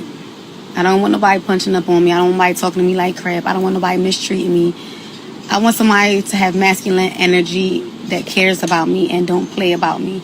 Give me that sense of security. Let me know I have a man. Let me be proud to say that. We gonna. Y'all want men, huh? Is that what you're saying? Right. She said, I want a man. I want to be proud to say I got a man. Don't play about me, you know? So I definitely get that. I definitely get that. Is that me or is that you? There's some kind of noise playing. Let's see. No, I thought you were smart and cute. Okay, we got that one. You have to have confidence and think highly of yourself before anybody will. I don't care if you have clean toilets. You're supposed to feel like you're the best toilet cleaner in the world. There's definitely a confidence that you have to have in everything that you do. I absolutely agree with that. If you feel bad about yourself, as we talked about, you will always feel bad and you'll attract that type of energy. I had no children. Get that what's wrong with you question irks me. Huh, interesting. Only bum losers think something's wrong with you if you have never been married and didn't let random breed in you. Okay. Well, I don't have children myself, so I want a woman that's never married and with no children. Apparently, there's a lot of them in this chat tonight here. I don't have children myself, so I want a woman that's never been married with no children, and I had to be attracted to her. I had to be attracted to her. So, is that hard to get to get? You think, Shonda? You got to be attracted. I don't think so because I'm beautiful with no kids, and I know I'm attractive. Okay. Believe it or not, I'm in the best shape I ever been in my life. I used to be close to 300 pounds, taking 19, 21 pills a day, barely move, barely do anything. Did my half marathon, about to do another one. So yeah, I was attractive. All right. Well, good for you. The last thing I got to get done is my teeth, but I'm waiting. Okay. All right. Well, keep doing you. I'm glad to hear that. I'm glad to hear that. Let's see. No, these are genuine questions like your glasses, by the way. October likes your glasses. Thanks, October. She's redeeming herself. Yeah. Did you say with a bonnet? There's never excuse to wear a bonnet in public. Got rid. I agree. Yeah, I was being funny about that. You know I don't like no bonnets, Glorious. But I'm just my point is just be your natural normal self. How can you navigate community as dating as an older person? Dating is different now, and a lot of devices aimed at younger people, and it doesn't apply. Watching Big L's podcast has helped us out a lot. I'm gonna be honest. If this is your first time joining, you need to subscribe, hit that notification button because he goes through why dating sucks. He gives advice to you. You have to include yourself in circles for where you want to go. And if you know this is something you want to learn about, then this is a prime example. But wait, where are you on my screen? I'm trying to point to you. Over there. I think the video that's coming out tomorrow morning is dating over 50. I think that's it. I plan to do one that's coming up about where to meet people. Somebody asked me that question, where do you meet someone? So those are two that are coming up. That one I might not drop until after the new year. So we'll see. But I think the one that's dropping tomorrow morning is about the 50-year-old, and then later on in the day is about Cheyenne Bryant again. So this will be the last video I'm doing about her. I'm not doing any more videos about her. Let's see. Naysayers are speaking from their fears. They're not going where you're going. Be glad. That's true. That's definitely true. Women can wear makeup without looking like a clown. I wear makeup and it's not clownish. I wear it because I want to. I don't have excessively long nails or the butterfly lashes. Okay. Okay. Now let me ask you this, Ms. Diva, and I don't know. If your man says, I don't like it at all, I don't know if you're married or not, but if your man says, I don't like it at all, please don't wear it. Would you wear it or not? Yes or no? Would you wear it? Over 55 here, not having children simply means I never became pregnant. Black women without children are around. No side eyes welcome. I assume you're talking about adopting or something. So I assume that's what you're talking about.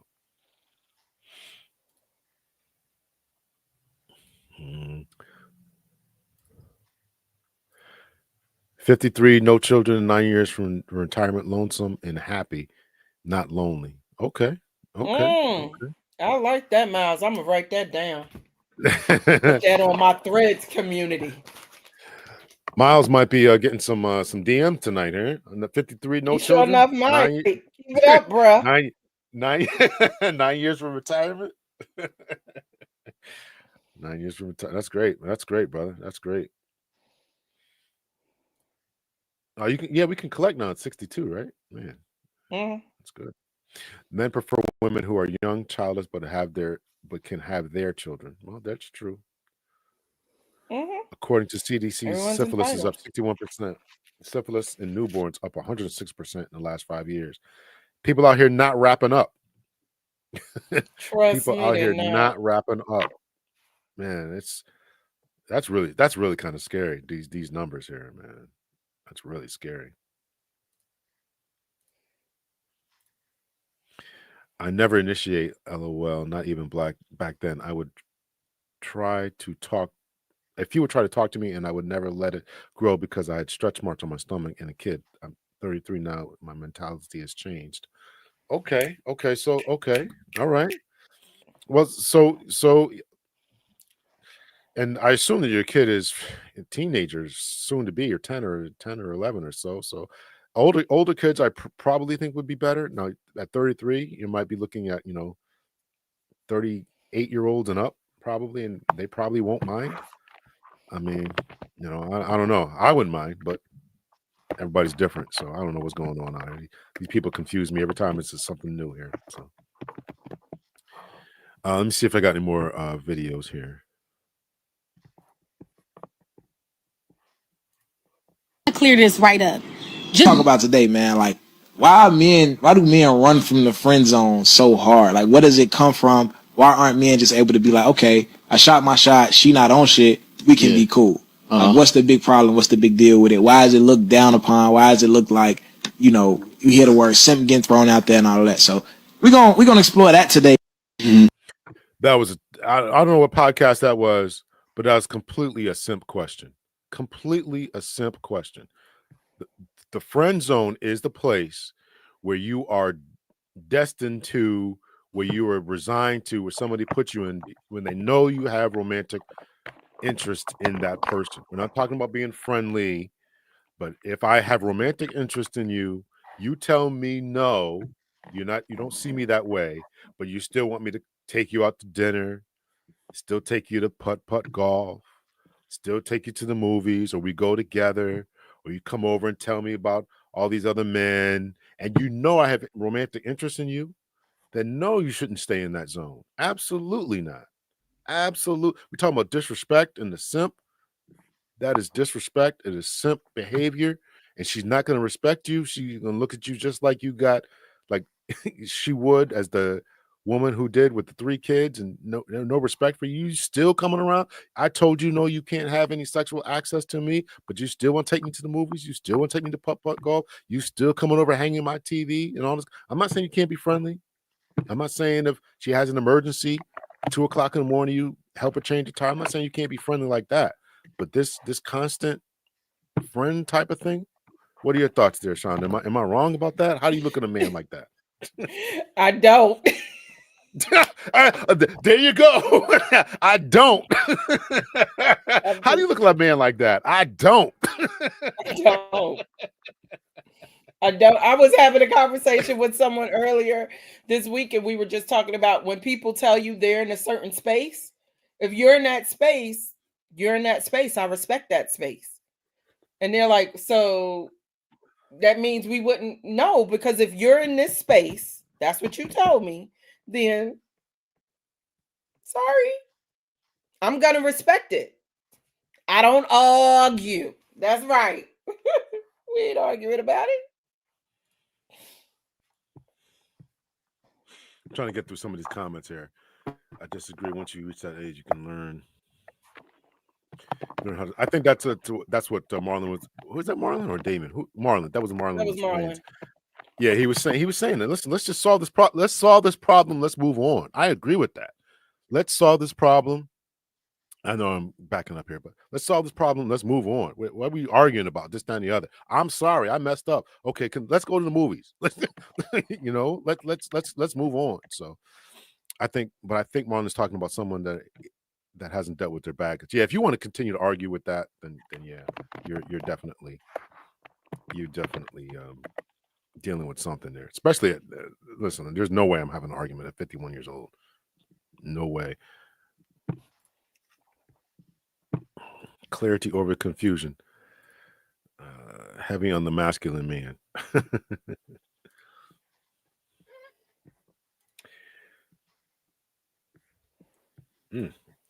Y'all some beautiful childless women out here, man. I don't know what's up with that. That's good.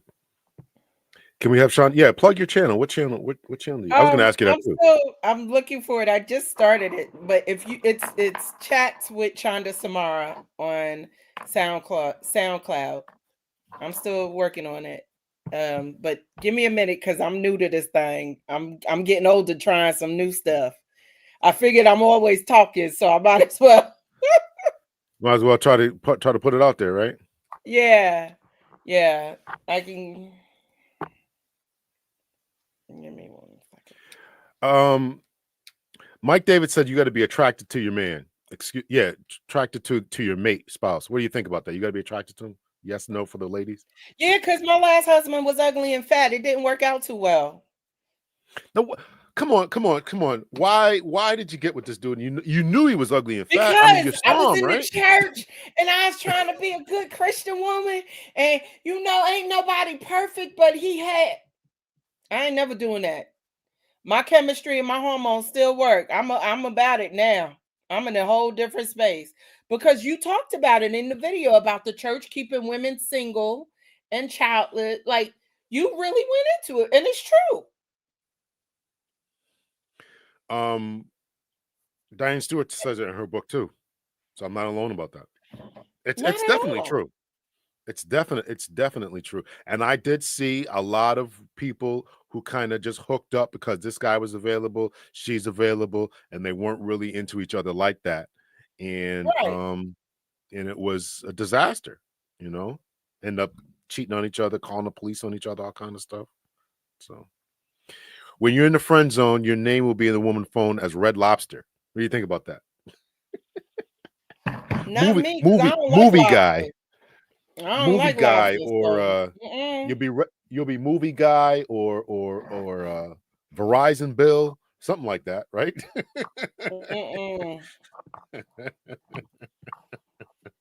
My thing is, I want to say to the brothers when they find that out, what is that saying about you that you can't leave such an impression that your name ain't listed? But then that's accountability, and I'm sorry. Well, how does a guy not know that, though? I mean, well, let me take that back. I know how.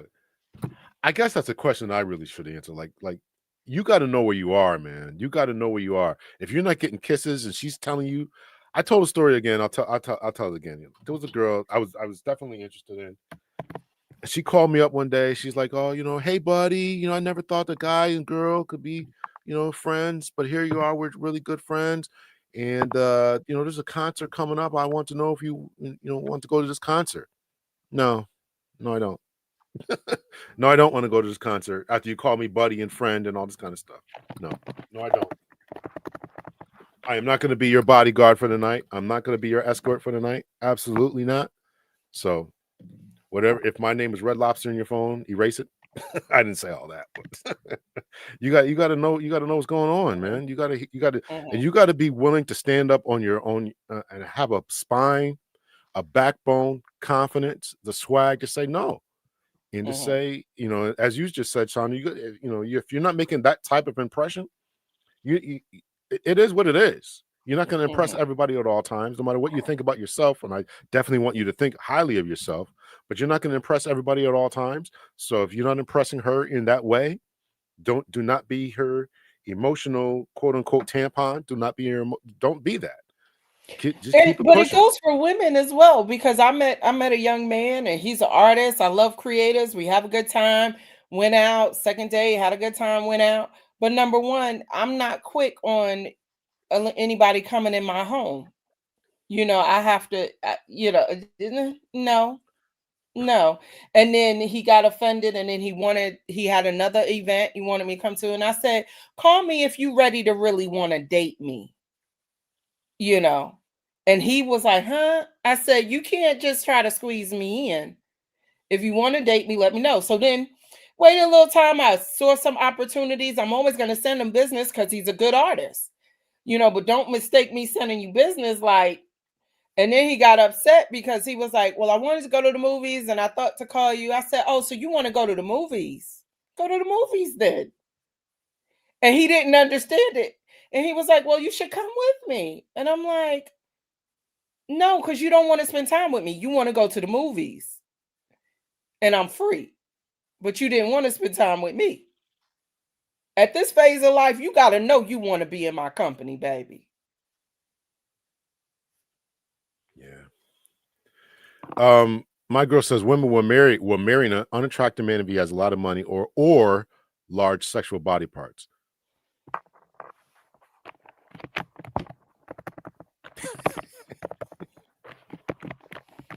Or the big package guys get married. I mean, I don't know. I don't know. Okay. Boundaries 101. You said no. Listen. I don't. What did I say? Let me try to think. What did exactly I say? That might have been the conversation. I was like, oh, let me call you back. I can't remember. But whatever it was definitely clear that I was not going to be her buddy. I think that was actually the last time I ever talked to her, actually. Whatever I said, it was like, definitely, listen, I understood what was going on here. I mean, this is 20 years ago, so I don't remember the exact conversation, but it was like, no, I'm not doing this. I'm not doing this. I understood enough at that point. Sometimes I can be a little slow at picking things up, but I understood at that point that I am just not going to get the type of access that I am looking for. So. Oh, and then a few nights later, it was a few nights later that she was one banging on her baby daddy's door, and the police got called, and I showed up. So yeah, it was literally. Glad you said no. It was literally like 3 or 4 nights later. Literally like 3 or 4 nights later. I'm like, oh, okay. So I can't have access, but I can't have access because you're still in love with your baby daddy, and he's in the house with another girl. That's why she's banging on the door. And you banging on the door, but you want me to spend my money to take you to a concert that you wanted to go to, not that I wanted to go to. That you wanted to go to, because I didn't want to go see this dude. I didn't want to go see him. You want to go see him, but she wanted a bodyguard for the night. That's what she wanted. That's how you protect. You know, women want protection now. She wanted a bodyguard for the night, or if she drinks a little too much, or she knew she was some safe guys. with you. Yeah, guys trying to approach and stuff, and here's a guy standing next to her. That's what they want. That's what she wanted. I'm not doing that. Be safe, NW. Let's see. Chandra, thank you for staying on. Absolutely. Yes, thank you for coming up. What if she was calling you her friend to play a role? Maybe she liked you too, but was shy and didn't think you liked her, so she called you a friend. Did she know you liked her romantically? Of course she did. We too old for this foolishness. I'm sorry, we're not teenagers.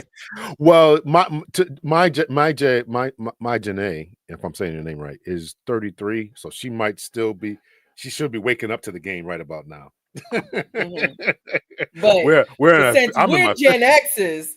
Gen X has been grown since we were 8 years old. Oh, listen, you ain't lying about that. We was cooking, and these kids, For man, they don't know real. how to do nothing. Latchkey kids taking the bus, going 40 minutes cross town to go to school. Crazy.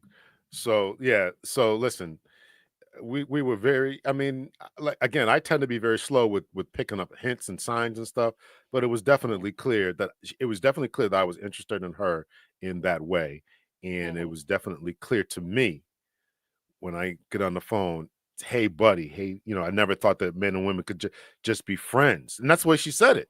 Could just be friends. Okay, I know where this is going here. So. And see, I think men and women can just be friends. You know what I mean? It's just I think they'd be friendly. No, You said it. You said, how do I look at a man who's treating me this way? I don't. That's what you said. I don't, but like I have 3 close male friends that I'm closer to than I am my own brother. Define close. Define, what does that mean? What does that look like on a day-to-day See, interaction? let's break the definition down. So that don't mean I'm calling them every day. It don't mean if they ain't a relationship, I'm trying to disrespect the woman they with.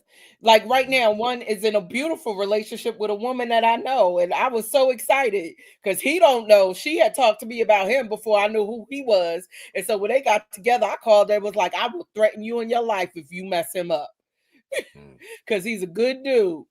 And I love where it's going, but I don't call him anymore. Why? He's in a relationship.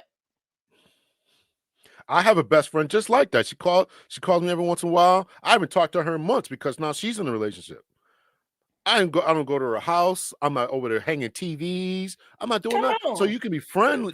Absolutely, you can be friendly like that. Absolutely. But the friend zone is a completely different place. Oh yeah, That friend is, zone is different.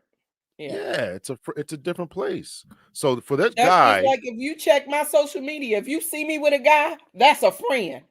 That's a friend. And I have a close friend, brother that I mean, I love this brother to life, but like I almost had to kill this girl over him. Like, you ain't gonna take advantage of my friend like that. Either you gonna be with him or leave him alone. that's the way it's gotta be, right? Some women will marry if you got money. It doesn't matter if you overweight. She sometimes has to make a business decision. That's what that woman did with the 3 kids. She made the business decision. And a lot of people say marriage is a business decision. I've heard that. In the United States, it is only a business decision. Only. People keep getting me on me in these comment section. It is a business decision. Some women will marry you if you got the money. Doesn't matter if you're overweight. Sometimes she has to make a business decision. Let's see. Wow, Big L. How embarrassing was that? I don't think it was embarrassing for her at all.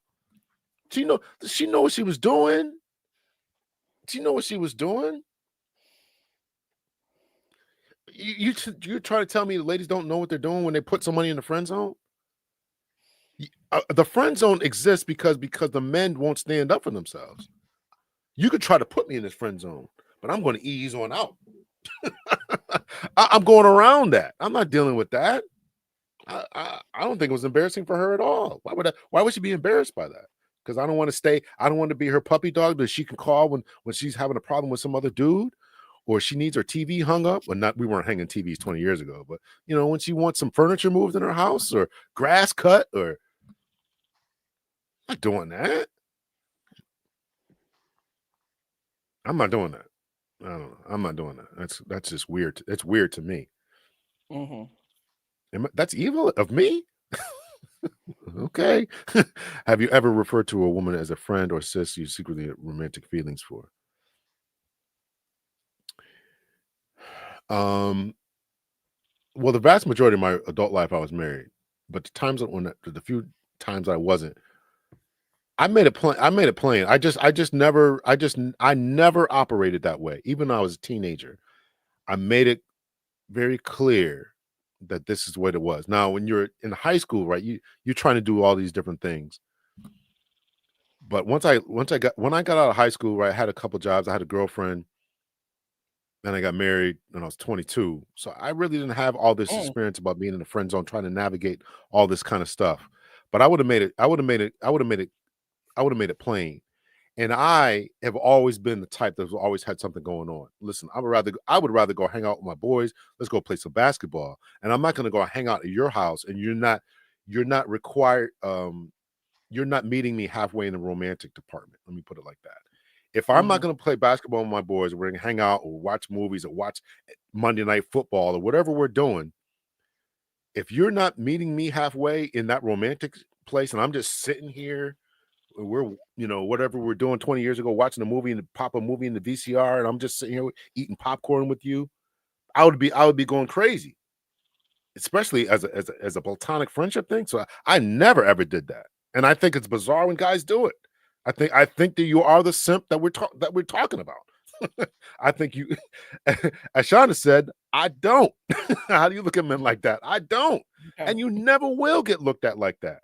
You never will get. You never ever will. I've heard stories about men who stayed. I think I played it too on this podcast. Stayed in the friend zone for 20 years, and then proud of it. Like I courted her, I chased her, I waited for 20 years. They're beating themselves on the chest. I did this for 20 years, and I finally got her. She got 2 kids, and she's had 15 different dudes giving her back shots and all the kind of stuff, right?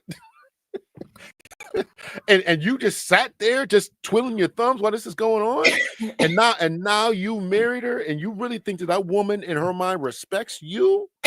Let me drink some water on that one.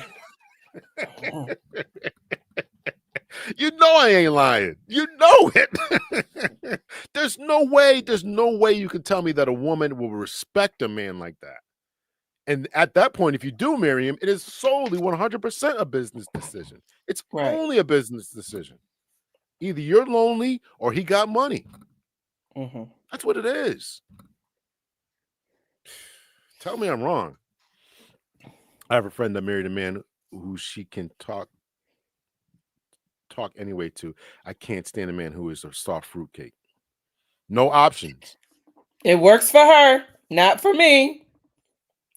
God bless you. Goodbye. I bet you that they have no chemistry, no sex life. Guarantee it. Yeah, friendly. Yeah, you can be friendly. Show me masculinity. I think we can be friends. We can be friendly. I have to admit, I played shy games like that recently, and guys around my age have too scared to admit they like each other. At 33, see, this is y'all at 33 years old. That. Y'all Right. still kids. We're not in high school, and I hate to say this, but if you want to be in a relationship, you're gonna have to be vulnerable. Because in all honesty, what's the worst that can happen? If they say they're not interested, okay, but do you die? No.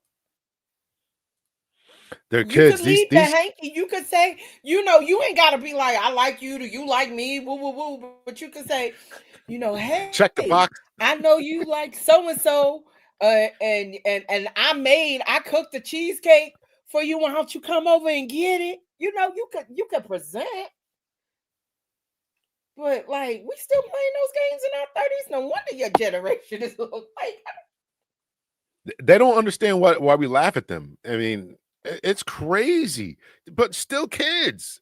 33 years old, you're still giggling. Do you like me? I'm gonna play shy. At 33, you should have, 10-year-old kids. Like you should be schooling your kids about how to deal with this. And I got married the first time at 31, and I waited, and I was fine with waiting. That's a shame. I got you on reserve just in case my real relationship doesn't work out. That goes both ways. It's up to you if you want to stay in that friend zone. It's up to it's your decision. It's your decision. But I'm trying to hip guys to the game, and because I didn't have it. But right.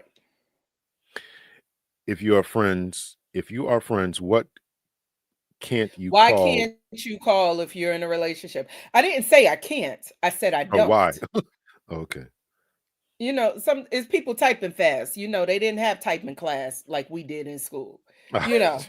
And so, I wouldn't want to listen again. Ladies talk about masculinity. Don't be calling my wife. I would get on that phone so quick. Why are you calling my house? Don't you call this house? And now, cell phone. Don't you call this phone ever again? I'm gonna go through don't call my house. You have no business. now I did have a close friend of whatever mine. whatever masculine presence my woman needs, she should be getting it from me and from me alone. Period. Mhm. Now, I did have a close friend back in DC after I got married because I relocated here, called to check on me. And while we're on the phone, my ex-husband came in and I was like, hey, I'm on the phone with so-and-so. He's telling me he was at the time he was doing his grad studies. We stayed on the phone for like another 10 minutes. And for him, 10 minutes was 10 minutes too long. And so it created this dynamic of, well, I'm married. And I'm like, you knew who I was on the phone with. I didn't secretly go run somewhere. It was 10 minutes. And this was someone I've known longer than you. I've relocated. So I'm not like all of our common interests or people we would have hung out with that would have seen them to check on me weren't there. So was I wrong for that? Do you think? I'm just curious. I think it's good that you told him that you were on the phone with so and so. I think that's good. Yeah. You didn't stay on the phone disrespecting him for a long time. 10 minutes is not an exceedingly long But time. to him, 10 minutes was a long time.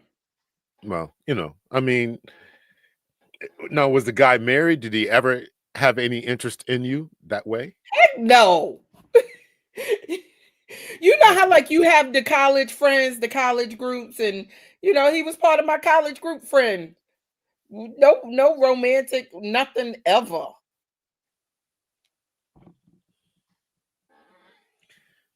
All right. Uh-oh. So that's just the concerns that men have. So, I get that some people don't think like Moni D. I think that people think that way, but that's not the way I think. So, and I don't think that instance that you talked about was disrespectful. I think it would be disrespectful that every time I come home, you're on the phone with this dude, or every other day I come home while you're on the phone with this dude. That would be disrespectful. Right. But just to call to catch up, from old college days and all that kind of stuff, then that wouldn't be an issue. Just wanted to see how the transition was going, how I'm liking Indiana and the cornfields, Yeah, the cornfields. I did Indiana's hear known Indiana for was its cheap corn. though. I did hear Indiana was Let cheap. me listen, if anybody want to move and you live in a major city, I'm telling y'all now, y'all got to come to Indiana. If you come to I heard they can raise. Indianapolis or the southern part, you're going to get more for your money. You're still going to be basically a 90-minute flight anywhere major you want to go. Yeah. I heard that it's like you can raise a family on 4 like $40,000 or something like that. Which is crazy. It's very cheap. That's why I'm still here. I'm not doing that, Big L. Put that on a shirt. I liked it. Now that's good. I'm with her. Get you some merchandising. Come on. I'll look into it. No, she won't respect so it. Easy. No respect, no marriage. She won't respect a dude like that, right? I'm 33, but only about one relationship. I feel this whole experience with romance. Feel like I'm a bit behind. I don't think that there's I think that's actually probably good. I just think that now you just have to be careful if you're out there because you don't know what to expect. So you don't want to be taken advantage of. That's the part that you really need to be careful of. Just like you, I was married for almost my entire adult life. I got married at 22, and I got divorced, and I was very religious. So I got married again because I don't want to have sex outside of marriage. So I've been divorced now for 3 years, and this is the longest I've been by myself. So I'm still trying to figure out this game, and that's where you're going to be at, trying to figure out, who's for real, how to navigate this thing, what's up with the dating apps, how come everybody's a creep, how come somebody says hi to me, and next thing I know, somebody they're sending me, penis pics. So you got to navigate that whole thing. All right. You don't want me to put this here, right? I saw your private chat there. Yeah, you could put it there. I just couldn't. For whatever reason, it wasn't allowing me to do it. Okay. Let me see. Copy. All right, so here is Shonda's link. I got 3 whole episodes. I'm growing. That's good though. So y'all can go over there, head over there to Shonda's link there. I'll definitely check it out. Let's see. I agree with Elle. If you're in a relationship, there are bonders. Even friendships should have, especially male and female friendships. Absolutely. What if you're best friends with a man who is a family member? My ex didn't like that we talked so much. He's a family member, like a cousin. See, my cousin is more like my big brother, so I do talk to him a lot too.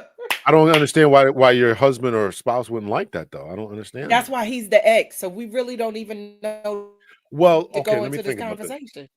Let me think about this now. So it's your cousin, and y'all talk all the time. I think that he would probably start to think that, how come you're getting something out of him that you're not getting out of me?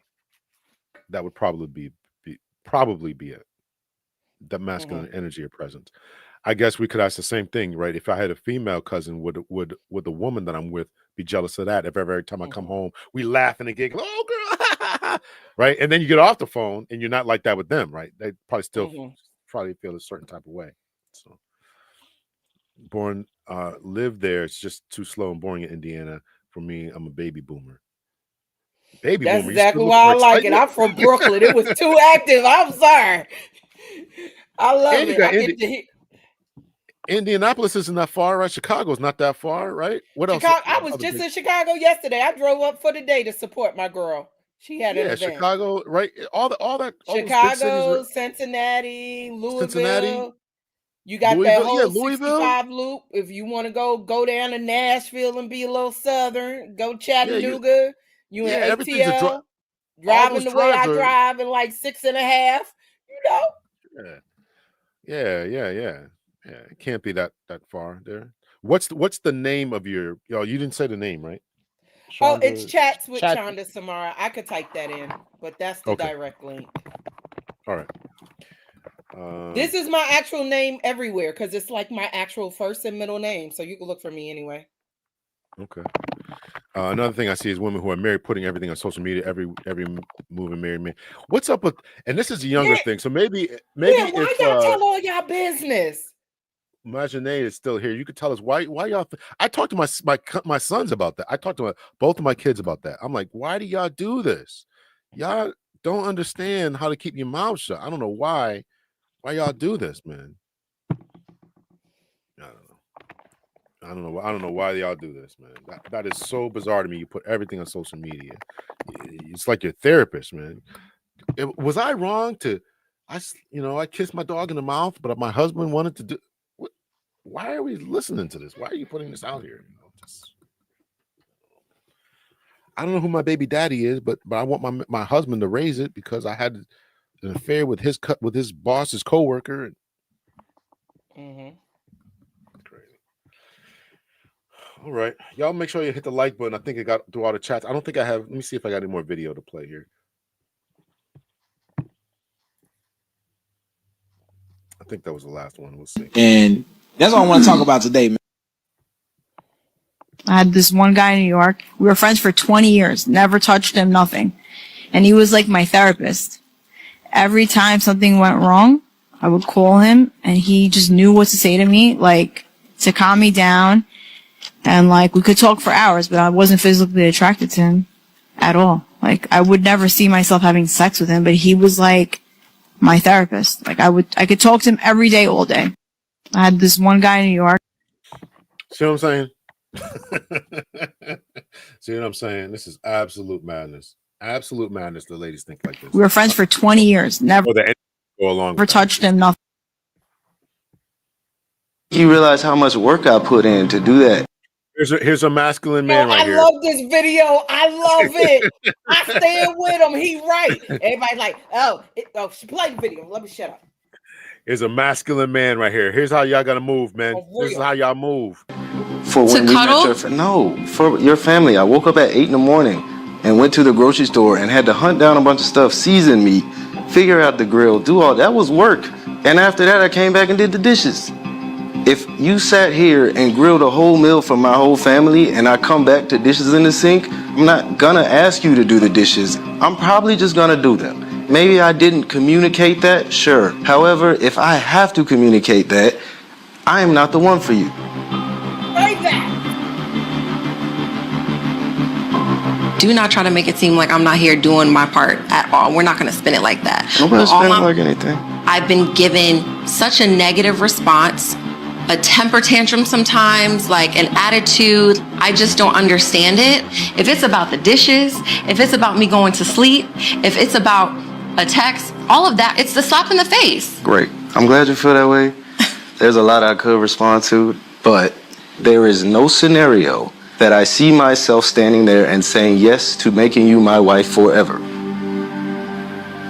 And with that in mind, and I'm glad we can at least agree that I don't ever want to see you again.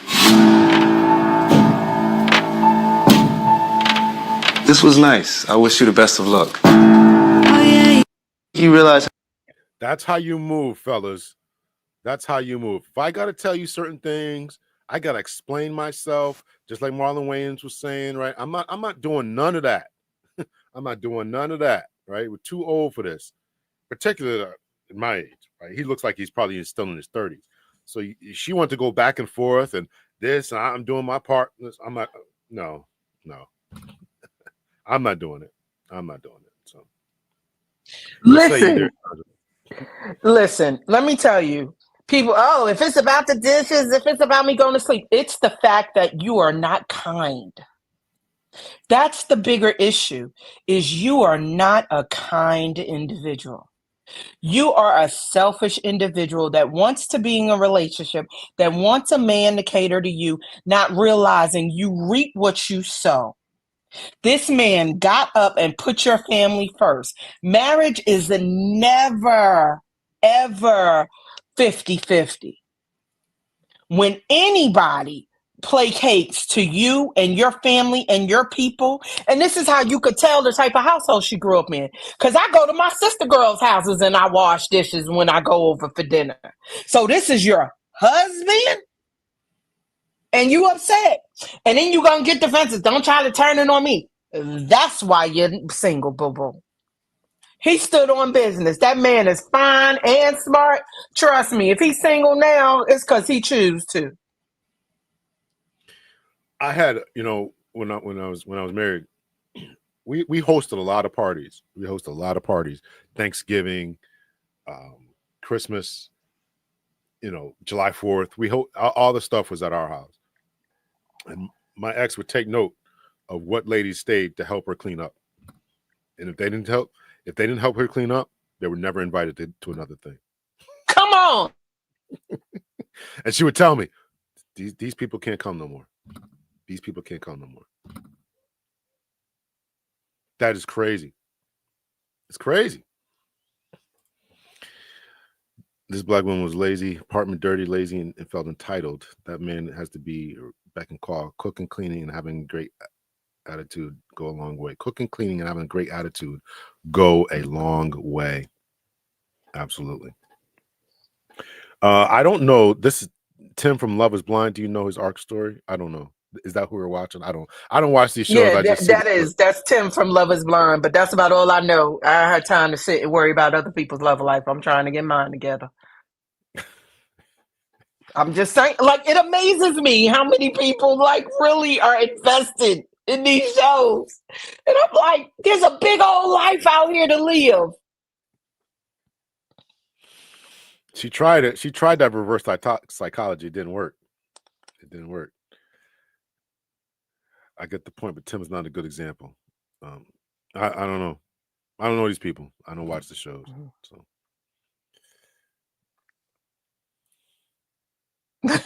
But that's a good example of a man standing on business, though. 100%. That's how you do it. My man said, I don't ever want to see you again. I don't ever want to see you again.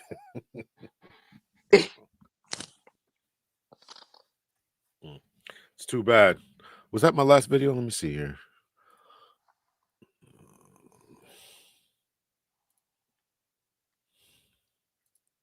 how much. This is my new beginning. Oh man, it's cool. This is mine. Oh, I hate this one too. I don't think that I can continue being with you. What? What? You done bought this land and you tell me we ain't together no more? What? So who you finna be over here with then? Ginger, you better tell me you joking for real, Ginger. You done bought me this embarrassment. What the kind of shit is this? You gonna record, you done record buying this new land. You finna have another man? You finna have all this with another person? After 3 years, Ginger, really? This how you gonna do it, Ginger? You brought me out here just for this? You dead serious? You brought me out here, this gotta be a joke.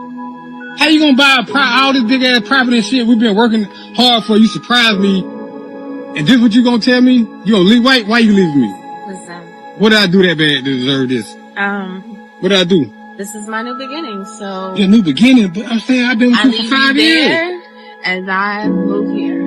Really? Really? Really? So again, I hope that one was a skit. I really hope that one was a skit. Probably Me was. too.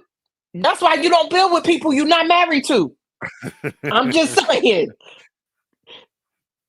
But if it's not a skit, man, that's why you got to have your own stuff as a dude. You really should be leading, protecting, providing, know what's going on. I hope that was a skit. So I got angry for him. I was like, she better not let me catch her. Like, how? This is my new beginning. I got to think that there was, I mean, if it wasn't a skit, I got to think there was something that he was doing something wrong. Whether he wasn't working, cheating on her. Either way, the bills was getting paid and she was saving her money. It could have been that too. But he didn't say that though, but it could have been that. I was saving up all my money buying you this, but I would buying you that, and you just secretly saving. Now you gonna buy this? It sounded to me like she was the breadwinner. She didn't really like that. But this is us looking at this through our own lenses. It sounded to me like she was the breadwinner. She brought this property, and she's like, I don't need to drag this man along with me. That's what it sounded like to me. Oh, see, I need to listen again. I'm gonna listen again because I didn't. All right, get that. I'll play it again. I'll play it again. I'm gonna put myself on.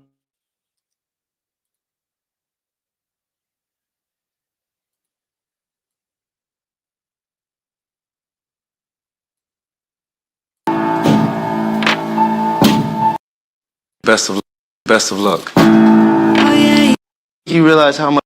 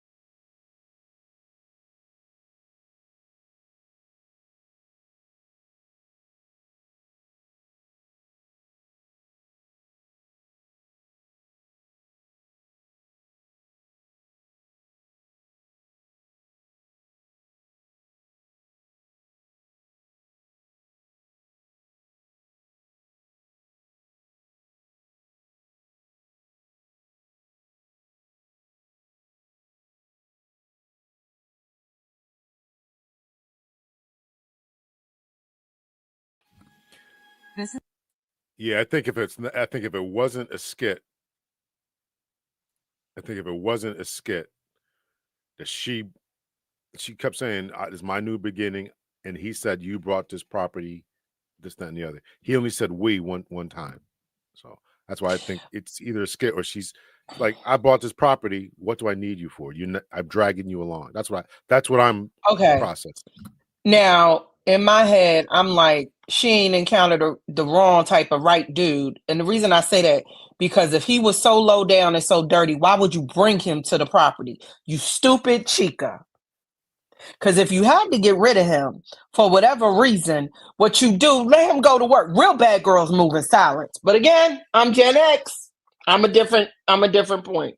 Because if you allowed him to live off of you for whatever, forget what the title said.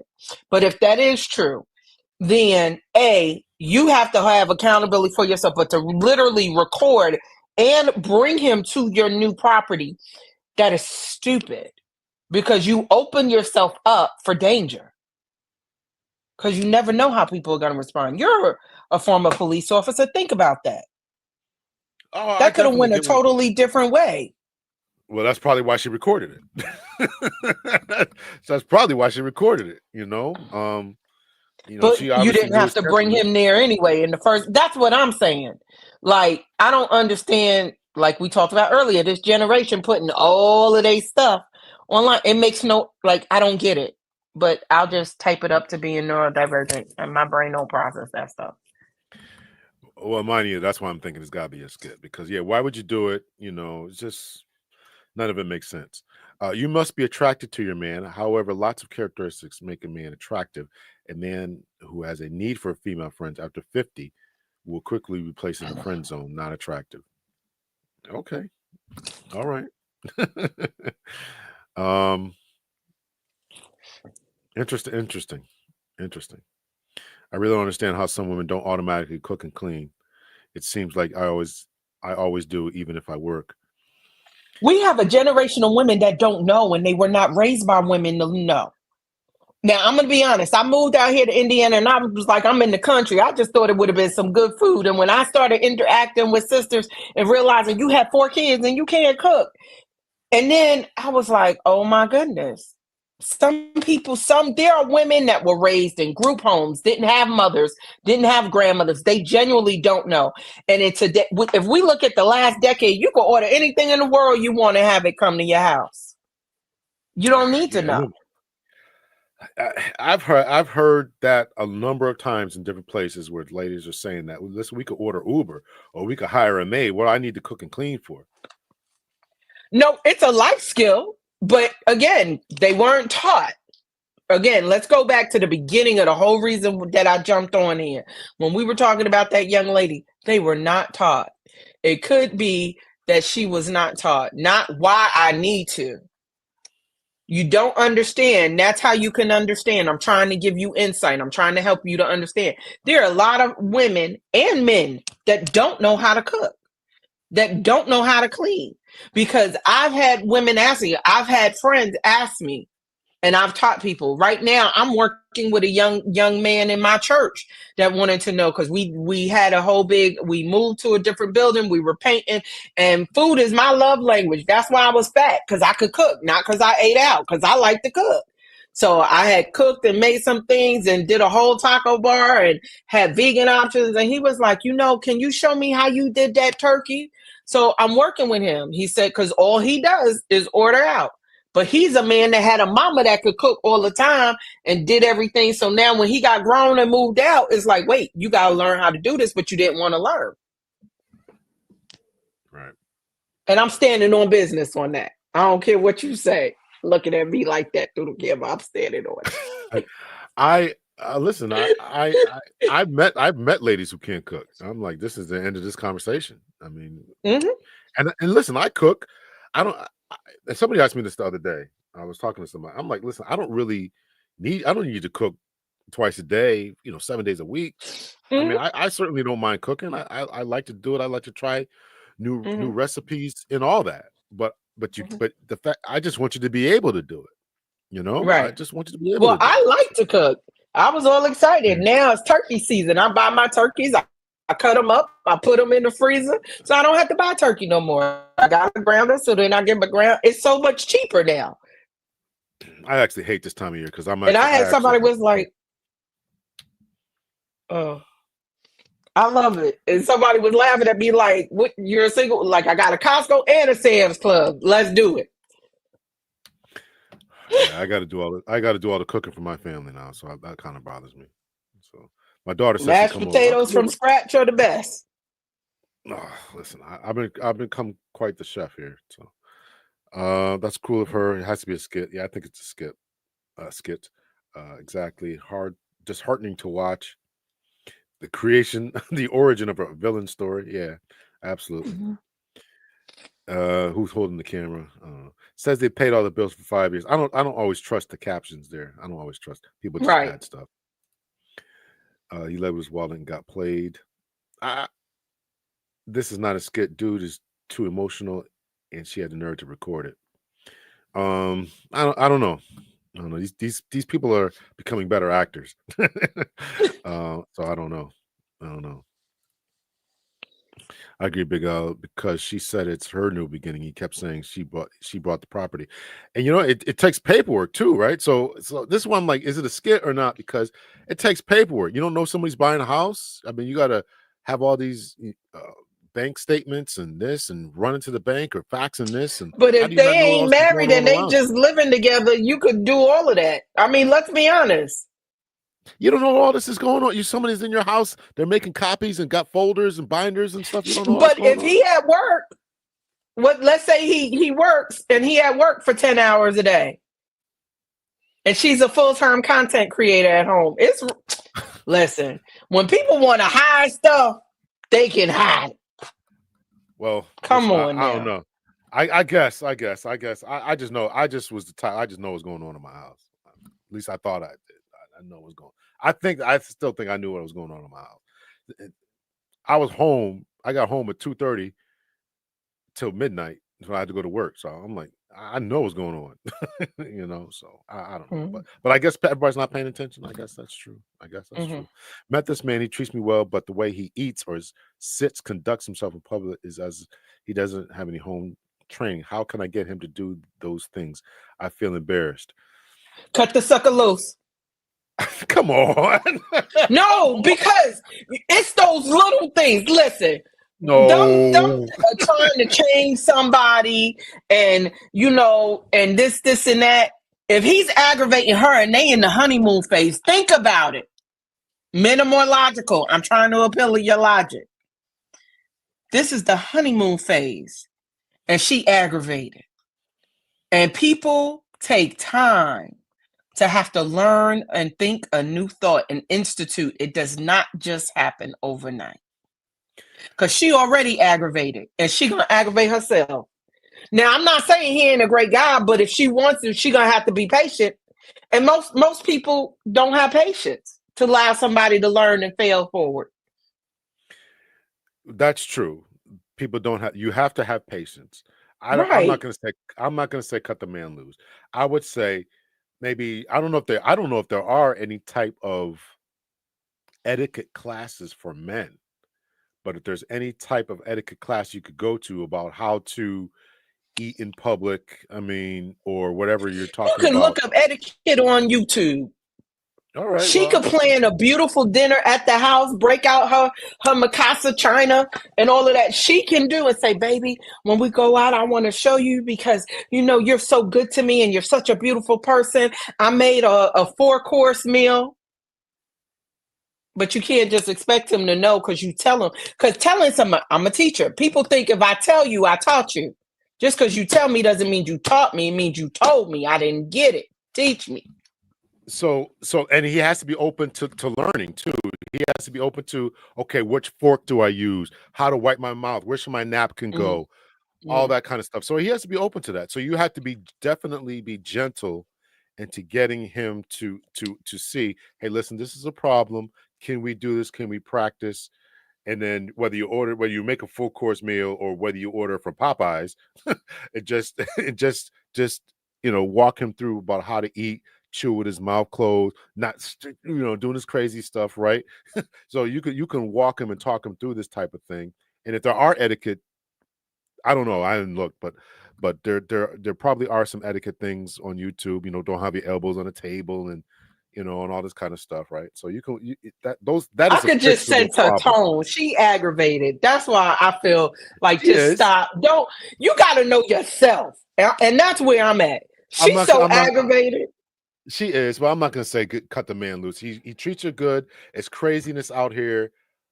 This is a fixable problem, but he has to want to be fixed. The biggest this thing is my point. To want to be fixed.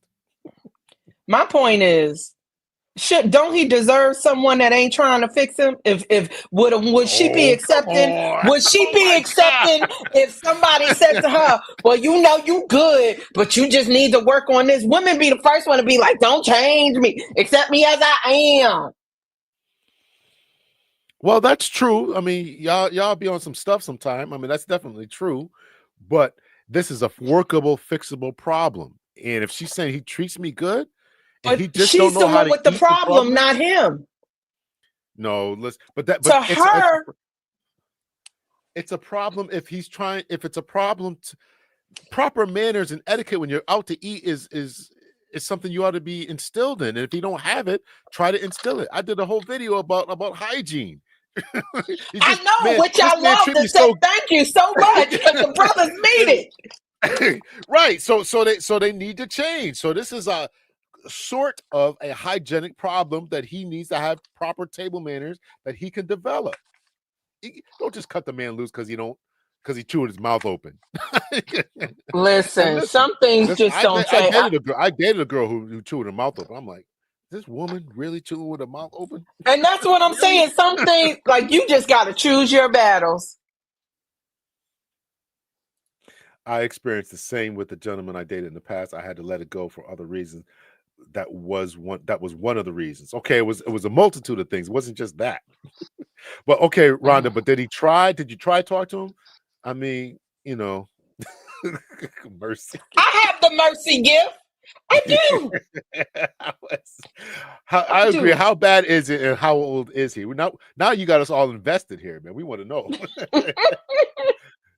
Yes, approach is important. Yeah, you could talk to this guy about that, right? Rub his back and tell him, listen, or make a pillow talk. I'm not giving etiquette lessons. Listen, man, if it's worth it, it's worth it. You're not gonna pick somebody. This is the high expectations the guy's talking about. Listen, you got to be able to lower your expectations and say, if I can get this, a guy who treats me good, he's got a good job, but he chews with his mouth open. Choose that guy and work with that man. Don't just cut the man off because he don't know which soup spoon to use. Come on now. Oh my God, man. Okay. All right. I live in the wonderful world of reality. Talk to him before leaving. Yeah, talk to him. Listen, let's have the conversation. Rub his back, make a pillow talk, put it on him one night, and then then rub his back, rub his chest, and say, "Listen, we need to talk about how you." But see, that's what I was saying. She could cook a beautiful meal at the house with the china, I went on a date with a guy who ate food and had food all over his mouth, and he never wiped it off. But I wouldn't have left him for that. I just kept telling him you had something on your mouth. Okay, yeah. I'm going to be honest with you. It would get annoying. I definitely see that it would get annoying. How come every time you eat, you don't wipe your mouth, right? You would start to feel like you're mothering this kid. I get that. I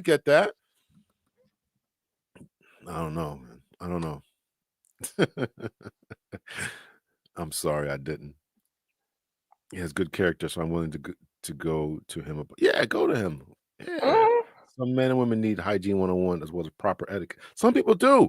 I know a lot of people chew with their mouth open and just grease all over the place, and it's like, what the heck? So some people have it, some people don't. I got dental issues, so I understand. Listen, you can't. I'm so tired of this hint stuff. Tell people, particularly tell men. people. You have to tell men. You have to tell. Listen, every time, do it nicely, and that's you have to go from one step above hints and tell them, and just be direct with him. Say, listen, baby, every time you eat, there's food in your mouth. Please, I need you to do it, not just from your eating with me, but I know you eat at lunch. I know you're around people. We don't want you to get laughed at. Please, baby, please wipe your mouth every time you eat. Something like that. And so that's why the hands-on activity at the house is the perfect place to start. Yeah, honestly, I agree with you. I agree with that. Plan the meal. have and say, baby, listen, you like taking me out, but I just wanted to cook something for you. You know, you break out the china, the macaws, whatever you want to use, and then say, okay, and this is, but you have to have cloth napkins. You have to have that standard too.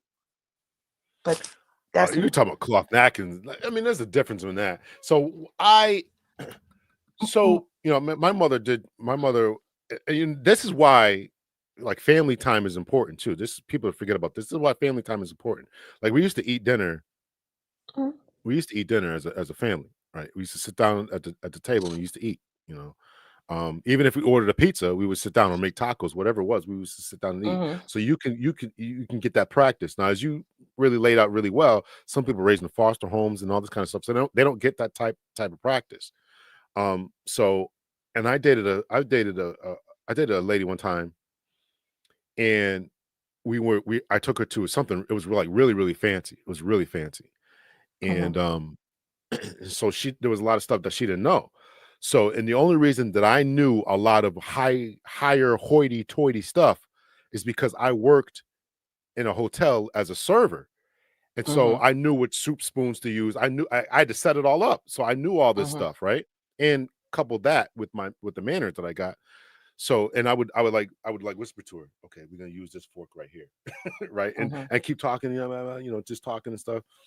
And so she was so appreciative about how I did it, because she was like, I don't want to be embarrassed sitting in this it was like a gala or something like that. So there's a way to approach it. There is a way. But I definitely agree. You should practice and talk to the man and say, here's the problem, and let's address it, and let's practice addressing the problem. So I don't know. And maybe for the guy who doesn't wipe his mouth, break out the ruler and hit him on the hand. Wipe your mouth again. A baby bag. All right, I think that's it. That was nice of you to show. Yeah. Listen, we had a good time. We had a good time, and things happen when I got home. So you do it right. You do it right. You get what you want. You do it right. Do it right. Get some benefits. Yeah. So, well, thank you so much for letting me join you. Oh, absolutely. I enjoyed the company there. Next week is Auntie Anita, and I think 2 weeks we after love that, Auntie Anita, y'all. Y'all want to be here early. I'll be watching her. You have her on. There's another guy that has her on. Auntie Anita be like, She's doing big things. And she holding me accountable. I want to be like her when I grow up. And then, like I said, 2 weeks from that, that'll be part 1 of why Black women aren't getting married. I don't know the exact title yet, but why Black women aren't getting married. And then we're gonna have Diane Stewart on to talk about the same thing. That'll be part 2, and we're gonna talk about her. Yeah, book. I just downloaded the book to my Kindle. I want to be ready. Let me know what you think. I hope other people do it too. So try to read through it and all that kind of stuff. Come with questions. I'll say it again, but come with questions. I got like 15 questions, but I don't want to hog the conversation. I want you guys to join in on it too. So I'll probably have her talk for like first 5-10 minutes, and then we'll do what we got to do. And I'll ask some questions, and I'll have you guys ask questions as well. So, but I definitely highly recommend you guys get the book. It's really a good book. I mean, it's one of the best books I read in a long. Well, I keep saying that, but it's one of the best books I read in a long time, and it doesn't bash men. That's what I appreciate about it. So, and she gives you, if you read the book, you will definitely understand a male perspective of what we were going through, what slavery did to us. We know a lot to it of an extent of what it did to ladies as far as the molestations and the sexual assaults that were going on. She talks about that, but the men were watching this, feeling emasculated, kicked out the home, couldn't be with their wives, all this kind of stuff, right? And the mental torture that we went through. And then after that, we had Jim Crow and exclusion from the military, exclusion from the GI Bill, all that kind of stuff that kept us poor and impoverished. It's a great book. So it's a great book. Really got to read it. Are you still going to have emotional intimacy with Miss V? We did that already, didn't we? I thought we do emotional. Did. Yeah, we did that already. We did that in the past. V's coming back. Actually, I'll try to have V in between. Maybe. Oh, wait a minute. Was she supposed to be here today? I don't know. Anyway, so V's coming back. V's definitely be back, and we're going to talk about something different.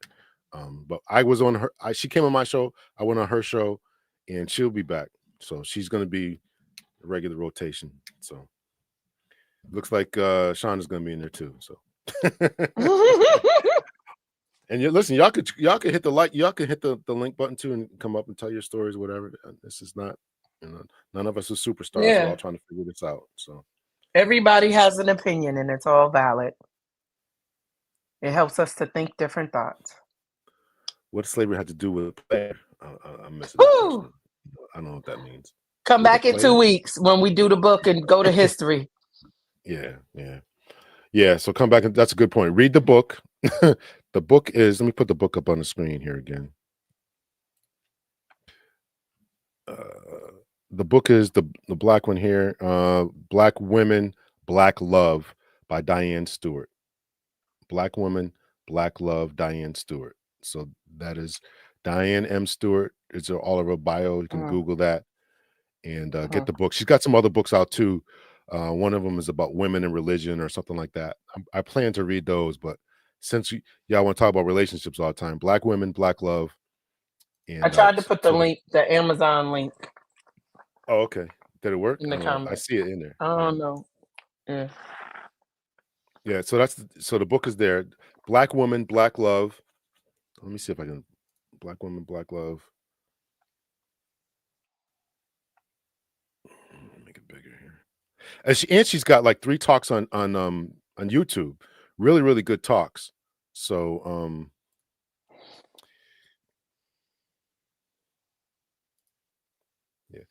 Black Woman and Black Love, America's War on African American Marriage. That's the name of the book. Black Woman, Black Love, America's War on African American Marriage. I've been audio booking it, so I'm almost done. I think I got like 1 or 2 chapters left or something like that. So that's the name of the book. So I actually love the subtitle, America's War on African American Marriage, and all the stuff that was done to us and why we're in the position that we are. So so that's it. Thank you so much for tuning in, Crystal. Maybe I'll do this later, but later in the night because more people come later on. But so that's where we're at. So thank you, everyone. So Crystal, please go back and watch the show. I think we had a good one for us tonight. So that's it, y'all. That's it. All right. Well, thanks so much. Everyone have a great night. Don't forget to like, comment, and subscribe. Absolutely. Way my time is set up. I need to do Audible. Listen, I love it. I have my exercise bike. I do my exercise bike, and I just do that. And also I put on video games, and I just and I play it. I have the audiobook when I'm playing my video games to relax. So all right, y'all. We'll talk to you. See y'all.